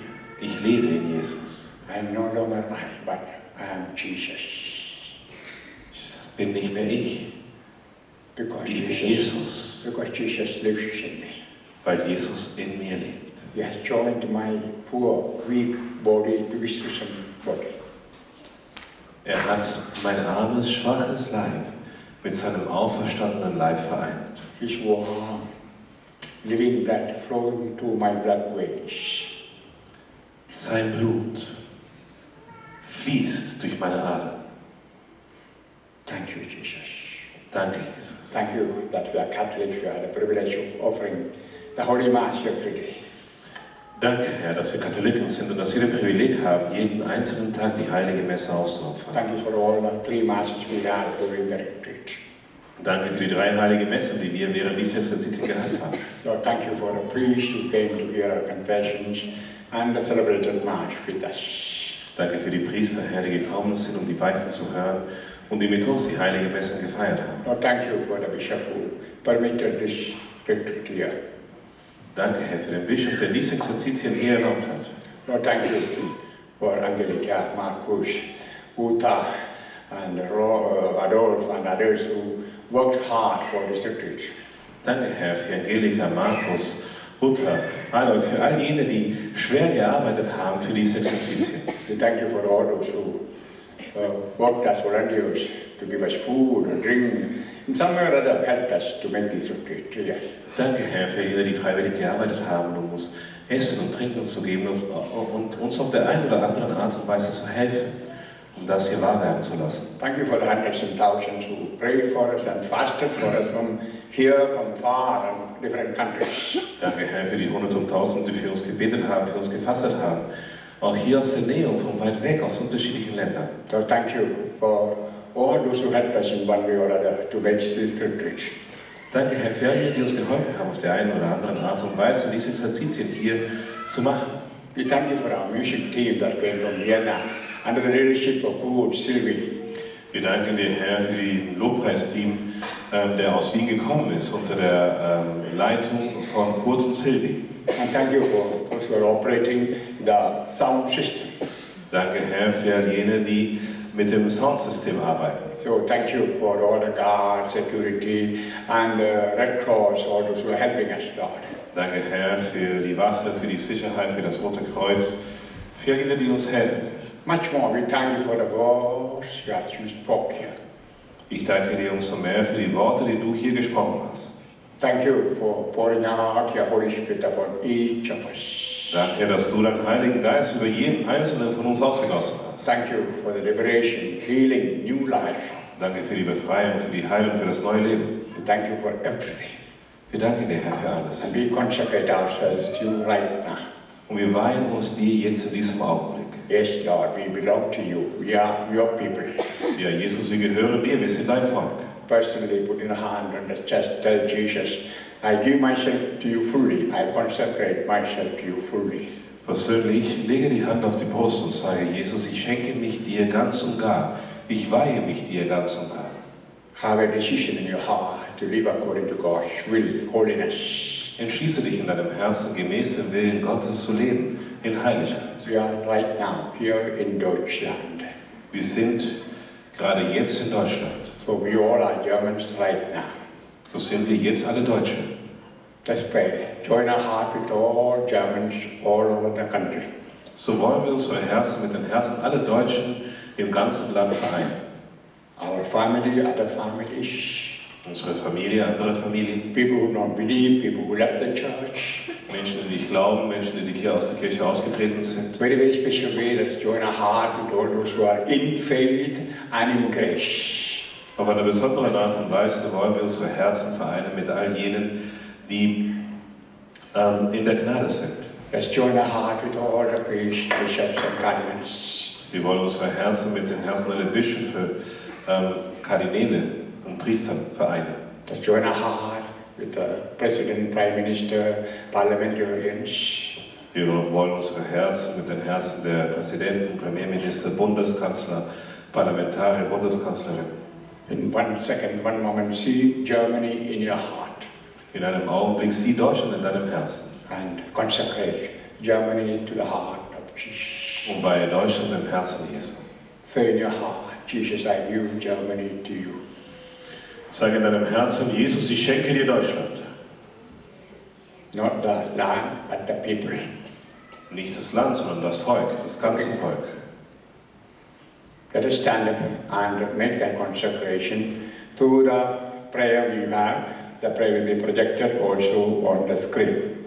So stehen wir auf und wir machen dieses Weihgebet durch das Gebet, das ihr bereits habt. Ansonsten ihr könnt es hier auch auf dem Bildschirm projiziert sehen. Richie will recite that with you and you can repeat with him and do the consecration. Und Richie wird es mit euch rezitieren und dann könnt ihr das in euren Innern oder ihr könnt es dann laut wiederholen und somit die Weihe vollbringen. And you can have that paper which is given to you, I think, and you can have it and pray daily or give to others, and let us make our country completely consecrated to Jesus the King. Und so habt ihr das Papier, ihr habt das Papier und ihr könnt dann dieses Papier, diese kopieren, andere schenken und dann auch regelmäßig in deinem Herzen täglich dann auch dieses Gebet verrichten. Although all the people say that Germany may become one Islamic, I don't believe. I hope it will remain Christian. Obwohl alle Menschen sagen, dass Deutschland eines Tages Moslem wird, das glaube ich nicht. Ich hoffe und ich bete, ich glaube, dass Deutschland christlich bleiben wird. That must be our hope and our expectation, optimism and trust.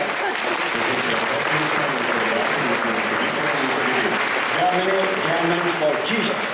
Deutschland für Jesus. So we consecrate now. So verrichten wir jetzt die Weihe. Allmächtiger, ewiger Gott, wir danken dir und loben dich dafür, dass du uns nach deinem Bild erschaffen und uns auf diesen schönen Planeten gestellt hast. Du hast uns deinen Sohn Jesus Christus anvertraut, der uns durch sein Leiden und Tod am Kreuz die Erlösung geschenkt hat. Jesus Christus, Sohn des lebendigen Gottes, wir danken dir dafür, dass du uns deinen Heiligen Geist gegeben hast, um unser Leben nach Gottes Plan zu lenken, zu führen und zu leiten. Heiliger Geist, gemeinsam mit allen Menschen auf Erden, bitten wir dich, das Angesicht der Erde zu erneuern, indem du unsere Herzen mit deiner Weisheit erleuchtest, nach Gottes Willen zu leben und Gott und unseren Nächsten zu lieben. Jesus, unser Heiland und Erlöser, heute, hier und jetzt vereinigen wir uns mit allen Regierenden und Bürgern unseres Landes Deutschland. Wir nehmen dich an als den Herrn und König unserer Nation und weihen uns und unser Land deinem heiligsten Herzen durch das unbefleckte Herz Mariens, unserer seligen Mutter. Wir bitten, dass du durch den Heiligen Geist über uns und unser Land herrschst in Gerechtigkeit, Harmonie und Wohlstand, durch unseren Gehorsam gegenüber den Geboten Gottes und die Einhaltung der Werte des Lebens und der Moral nach dem Wort Gottes, das uns in der Heiligen Schrift überliefert ist. Amen. Amen. Vater unser im Himmel, geheiligt werde dein Name, dein Reich komme, dein Wille geschehe, wie im Himmel, so auf Erden. Unser tägliches Brot gib uns heute und vergib uns unsere Schuld, wie auch wir vergeben unseren Schuldigern. Und führe uns nicht in Versuchung, sondern erlöse uns von dem Bösen. Gegrüßet seist du, Maria, voll der Gnade, der Herr ist mit dir. Du bist gebenedeit unter den Frauen und gebenedeit ist die Frucht deines Leibes, Jesus. Heilige Maria, Mutter Gottes, bitte für uns Sünder, jetzt und in der Stunde unseres Todes. Amen. Ehre sei dem Vater, der Sohn und dem Heiligen Geist. Wie im Anfang, so auch jetzt und alle Zeit und in Ewigkeit. Amen. Let's give a big applause to Jesus.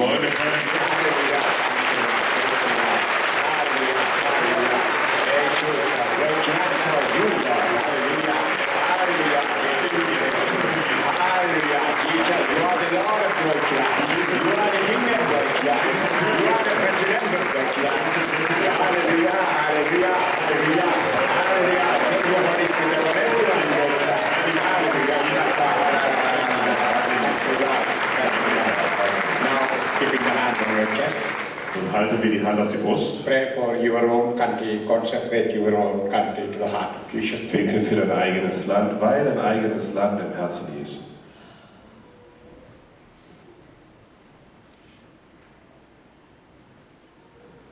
Amen.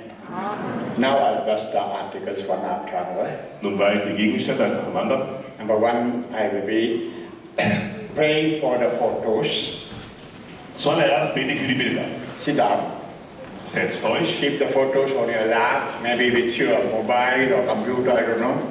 Ihr könnt die Bilder auf dem Schoß halten, vielleicht mit euren Smartphones oder Rechner, Tablets, wie auch immer. Oder nur die Bilder. Put your hands on the photos and think of the person and the intention. So legt die Hände auf die Bilder und denkt an die Person und an die Intention. Then I'll pray for the benediction articles. Dann bete ich für die Benediktusartikel. Then other articles. Dann für andere Gegenstände. Last I'll be blessing water, salt and oil. Zuletzt werde ich Wasser, Öl und Salz segnen. Then the priest and deacon will come down and sprinkle holy water that is exorcised on you and the articles. Und dann wird der Priester runterkommen oder der Diakon und dann Weihwasser sprenkeln über euch und über die Gegenstände, die dann exorziert und geweiht sind. Lord Jesus, look upon people holding the photos of people with the intentions. Herr Jesus, du siehst, die Menschen halten die Bilder von Menschen mit ihren Intentionen. I join my prayers with the praise of all the good priests here and deacon. Ich vereine meine Gebete mit den Gebeten aller guten Priester hier und aller Diakone. I join my prayers with the prayers of my spiritual children all over the world. Ich vereine meine Gebete mit den Gebeten meiner spirituellen Kinder auf der ganzen Welt. I join my prayers with the prayers of all priests in heaven and on earth. Ich vereine meine Gebete mit den Gebeten aller Christen im Himmel und auf Erden. I join my prayers with the prayers of saints and martyrs, especially Mary, our mother. Ich vereine meine Gebete mit den Gebeten der Heiligen und Märtyrer, insbesondere Mariens, unsere Mutter. Lord Jesus, right now, lay your wounded hands on the people represented in the photos. Herr Jesus, in diesem Augenblick lege, Herr, deine verwundeten Hände auf die Menschen, die hier auf den Bildern dargestellt werden. Heal them, liberate them. Heile sie, befreie sie. Sanctify them and fill them with the Holy Spirit. Heilige sie und erfülle sie mit dem Heiligen Geist. You know the intention for which they are holding the pictures.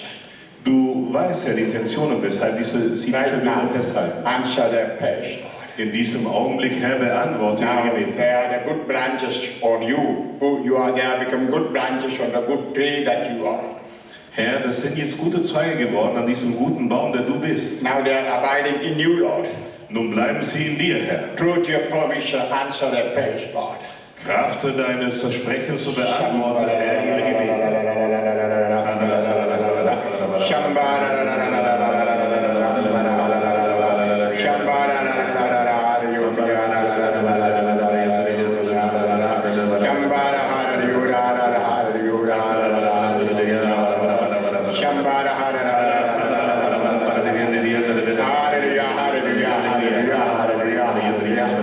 With authority and power in my priesthood to heal and to bless. Kraft der Autorität und der Vollmacht meines Priestertums to liberate and sanctify. Und zu heiligen. Right now I heal, liberate and sanctify and fill all these people with the Holy Spirit. In diesem Augenblick segne ich, befreie ich und heilige ich all diese Menschen mit dem Heiligen Geist. Im Namen des Vaters und des Sohnes und des Heiligen Geistes. Amen. Amen. I pray for Benedictine crosses, Benedictine crucifixes, Benedictine medals. Ich bete für Benediktuskreuze, Benediktuskruzifixe, Benediktusmedaillen. Usually that is to be blessed by a Benedictine priest. Normalerweise muss es von einem Benediktiner geweiht werden. But the Benedictines have given me that permission to do it. Aber die Benediktiner haben mir diese Erlaubnis gegeben, das zu tun. Now we pray. Und beten. Lord Jesus, thank you for having given the Benedictine crosses and medals to fight evil. Danke, Herr, dass du uns die Benediktuskreuze und Medaille gegeben hast, um das Böse zu bekämpfen. Right now, I dip them all in your precious blood. In diesem Augenblick tauche ich sie alle ein in dein heiliges, kostbares Blut. Holy Spirit, breathe on them. Heiliger Geist, hauch über sie ein. Right now, make them powerful instrument to fight Satan. In diesem Augenblick mach aus ihnen machtvolle Werkzeuge, um den Satan zu bekämpfen. Make them powerful instrument to fight temptations. Mach aus ihnen machtvolle Werkzeuge, um die Versuchung zu bekämpfen. May they be powerful instrument to bring spiritual, physical and material blessings. Mach aus ihnen machtvolle Werkzeuge, um körperliche, materielle und spirituelle Segnungen zu bringen. Whenever you use on the body, on the desk, or in the home, or in the vehicle, may they be protected from the evil one. Wann auch immer Sie sie am Leib benutzen, in Ihren Fahrzeugen, an Ihren Schreibtischen, bei Ihnen zu Hause, mögen Sie beschützt werden. Saint Benedict, pray for us. Heilige Benedikt, bete für uns. Heilige Benedict. Heilige Benedikt, bete für uns. Heilige Benedict. Bete für uns. Heilige Benedict. Bete für uns. Heilige Benedict. Bete für uns. Heilige Benedict. Bete für uns. Saint Benedict, through your intercession, I keep all these Benedictine articles in the heart of Jesus. Heiliger Benedikt, durch deine Fürbitte bewahre ich all diese Gegenstände im Herzen Jesu auf. Right now, with authority and power, in my priesthood to bless and sanctify. In diesem Augenblick, Kraft der Autorität und der Vollmacht in meinem Priestertum zu segnen. Bless and sanctify the Benedictine articles. So segne ich und heilige ich die Benediktusgegenstände. Im Namen des Vaters und des Sohnes und des Heiligen Geistes. Amen. Now I pray for rosaries or statues or medals or anything. Nun bete ich für Rosenkränze, Statuen, Medaillen, für alles. Or maybe candles or pencils, pens. Für Kerzen, für Bleistifte, Stifte. Any articles to be blessed. Für alle Gegenstände, die geweiht werden. Except water, salt and oil. Außer Wasser, Öl und Salz. Lord Jesus, look upon your believers, holding religious articles to be blessed. Herr Jesus, siehst du diesen deinen Gläubigen, die diese Gegenstände erhalten, damit sie geweiht werden. I see several people holding rosaries. Ich sehe mehrere Menschen halten Rosenkränze. Skapularien. Holy pictures and statues. Heilige Bilder und Statuen. And I see people holding candles. Und ich sehe Menschen halten Kerzen fest. Also I see children with the pencils and pens. Ich sehe auch Kinder mit Bleistiften und Stiften. I see some people holding the key of their car vehicle. Ich sehe einige Menschen halten ihr Autoschlüssel. Also some people holding Holy Bible, books for getting blessed. Auch einige Menschen halten die Heilige Bibel oder Bücher, damit sie geweiht werden. You know what they are holding now. Du weißt ja, was sie jetzt festhalten. I dip them in the ocean of your grace. Ich tauche sie ein in den Ozean deiner Gnade. Halleluja, Halleluja, Halleluja, Halleluja, Halleluja,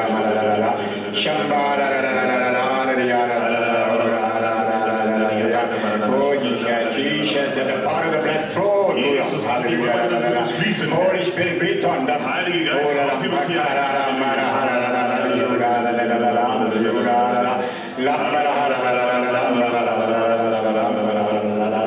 My children, I bless the holy articles you are holding.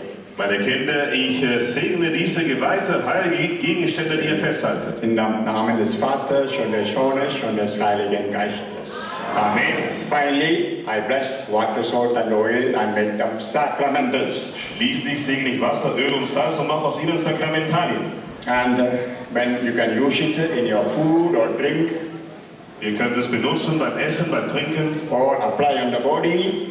Oder in eurem Leib anwenden. And it will be a powerful instrument to chase Satan out and bring inner healing, physical healing, protection. Machtvolle Gegenstände, um den Satan zu vertreiben, um körperliche Heilung, innere Heilung zu bringen, Schutz. They are not sacraments, but sacramentals. Es sind keine Sakramente, aber Sakramentalien. And that means the power of the Lord, power of the church will be on them. Das heißt, die Macht des Herrn, die Macht der Kirche wird über sie sein. The priest now blessing them with the power of the church, power of Jesus Christ. Die Priester weihen sie jetzt mit der Macht der Kirche, mit der Macht Jesu Christi. Lord Jesus Christ, Son of the living God. Herr Jesus Christus, besonders der Look at your children holding water, salt and oil. Sie, deine Kinder, halten Wasser, Öl und Salz fest. Holy Spirit, Lord, right now breathe on the water. Heilige Geist, in diesem Augenblick hauch über das Wasser ein. Holy Spirit, Lord, breathe on the oil. Heilige Geist, Herr, hauch über das Öl ein. Holy Spirit, Lord, breathe on the salt. Heilige Geist, hauch über den Salz ein.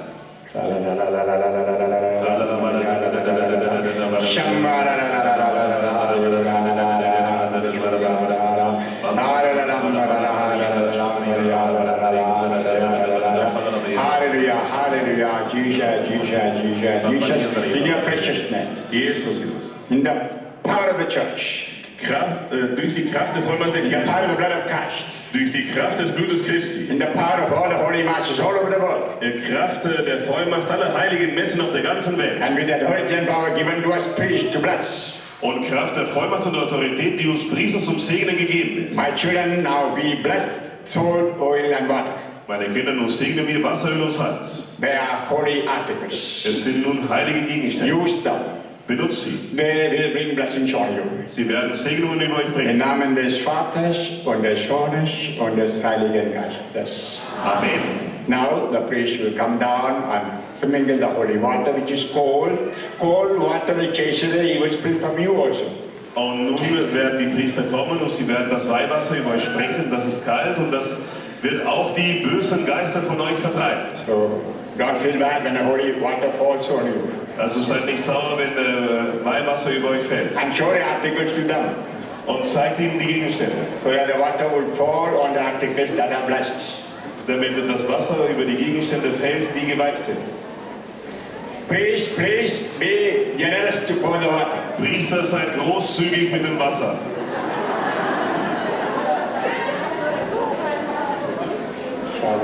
Thank you, Jesus. Thank you, Jesus. Thank you, Jesus, from my heart. Thank you, Jesus. Thank you, Jesus. Thank you, Jesus, from my heart. Praise you, Jesus.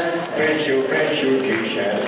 Praise you, Jesus, from my heart. Praise you, Jesus. Praise you, Jesus. Praise you, Jesus, from my heart. Jesus, Jesus, Jesus. Jesus, Jesus, Jesus. Jesus, Jesus, Jesus, from my heart. Jesus, Jesus, Jesus. Jesus, Jesus, Jesus. Jesus, Jesus, Jesus, from my heart. La la la la la la. La la la la la. La la la la la la.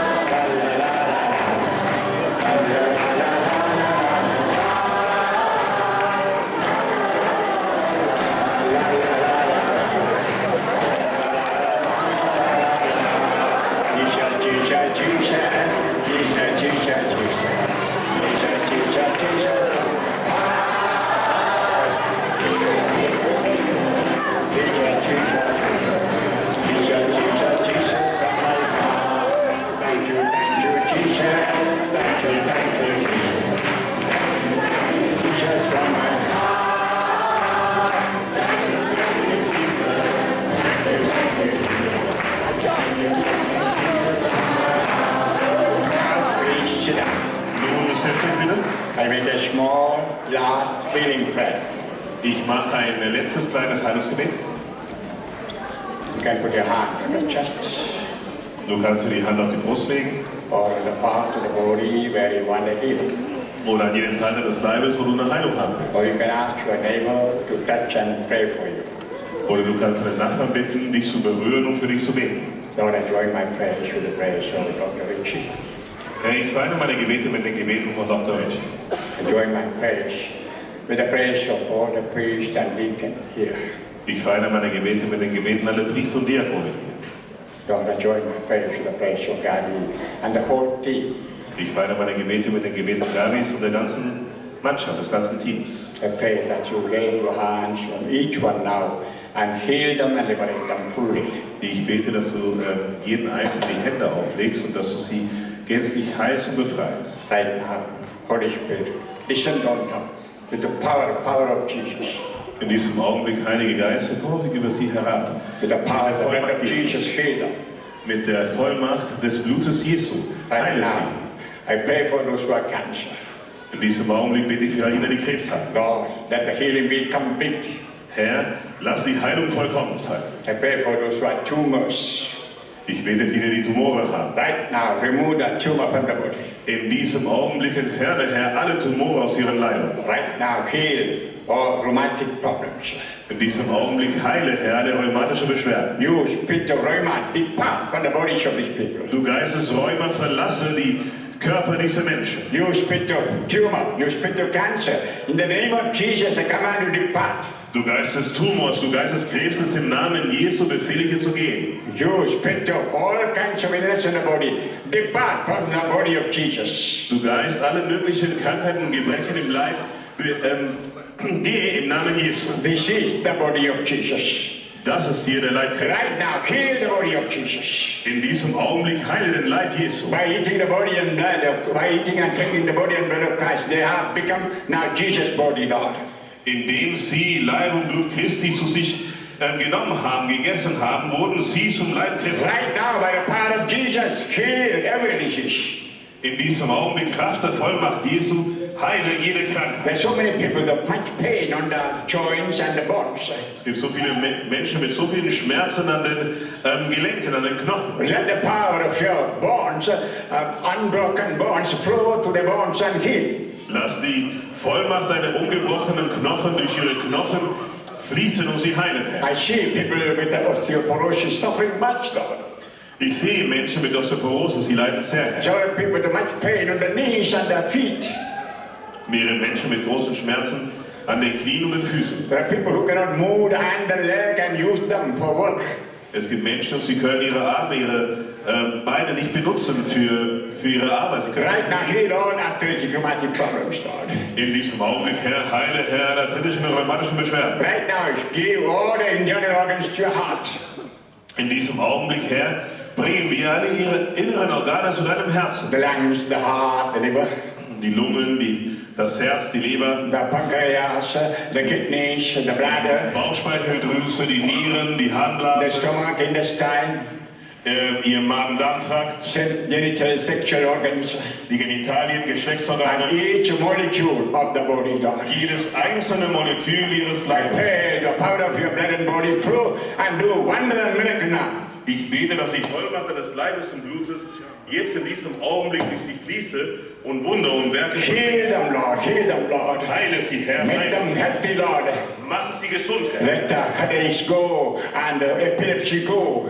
Lass die Kopfschmerzen und die Epilepsien verschwinden. Open the eyes, open the ears, Lord. Öffne ihre Augen, öffne ihre Ohren. Heal every organ, Lord. Heile jedes einzelne Organ. Right now, Jesus, I see your hand on the head of these people, Lord. In diesem Augenblick, Jesus, sehe ich deine Hand über die Köpfe dieser Menschen. Thank you, Lord. Thank you, Lord. Danke, Thank you, Lord. Thank you for healing them. Danke, Thank you for liberating them, Lord. Danke, dass Thank you for giving good health, Lord. Danke, Herr, dass du ihnen gute Gesundheit schenkst.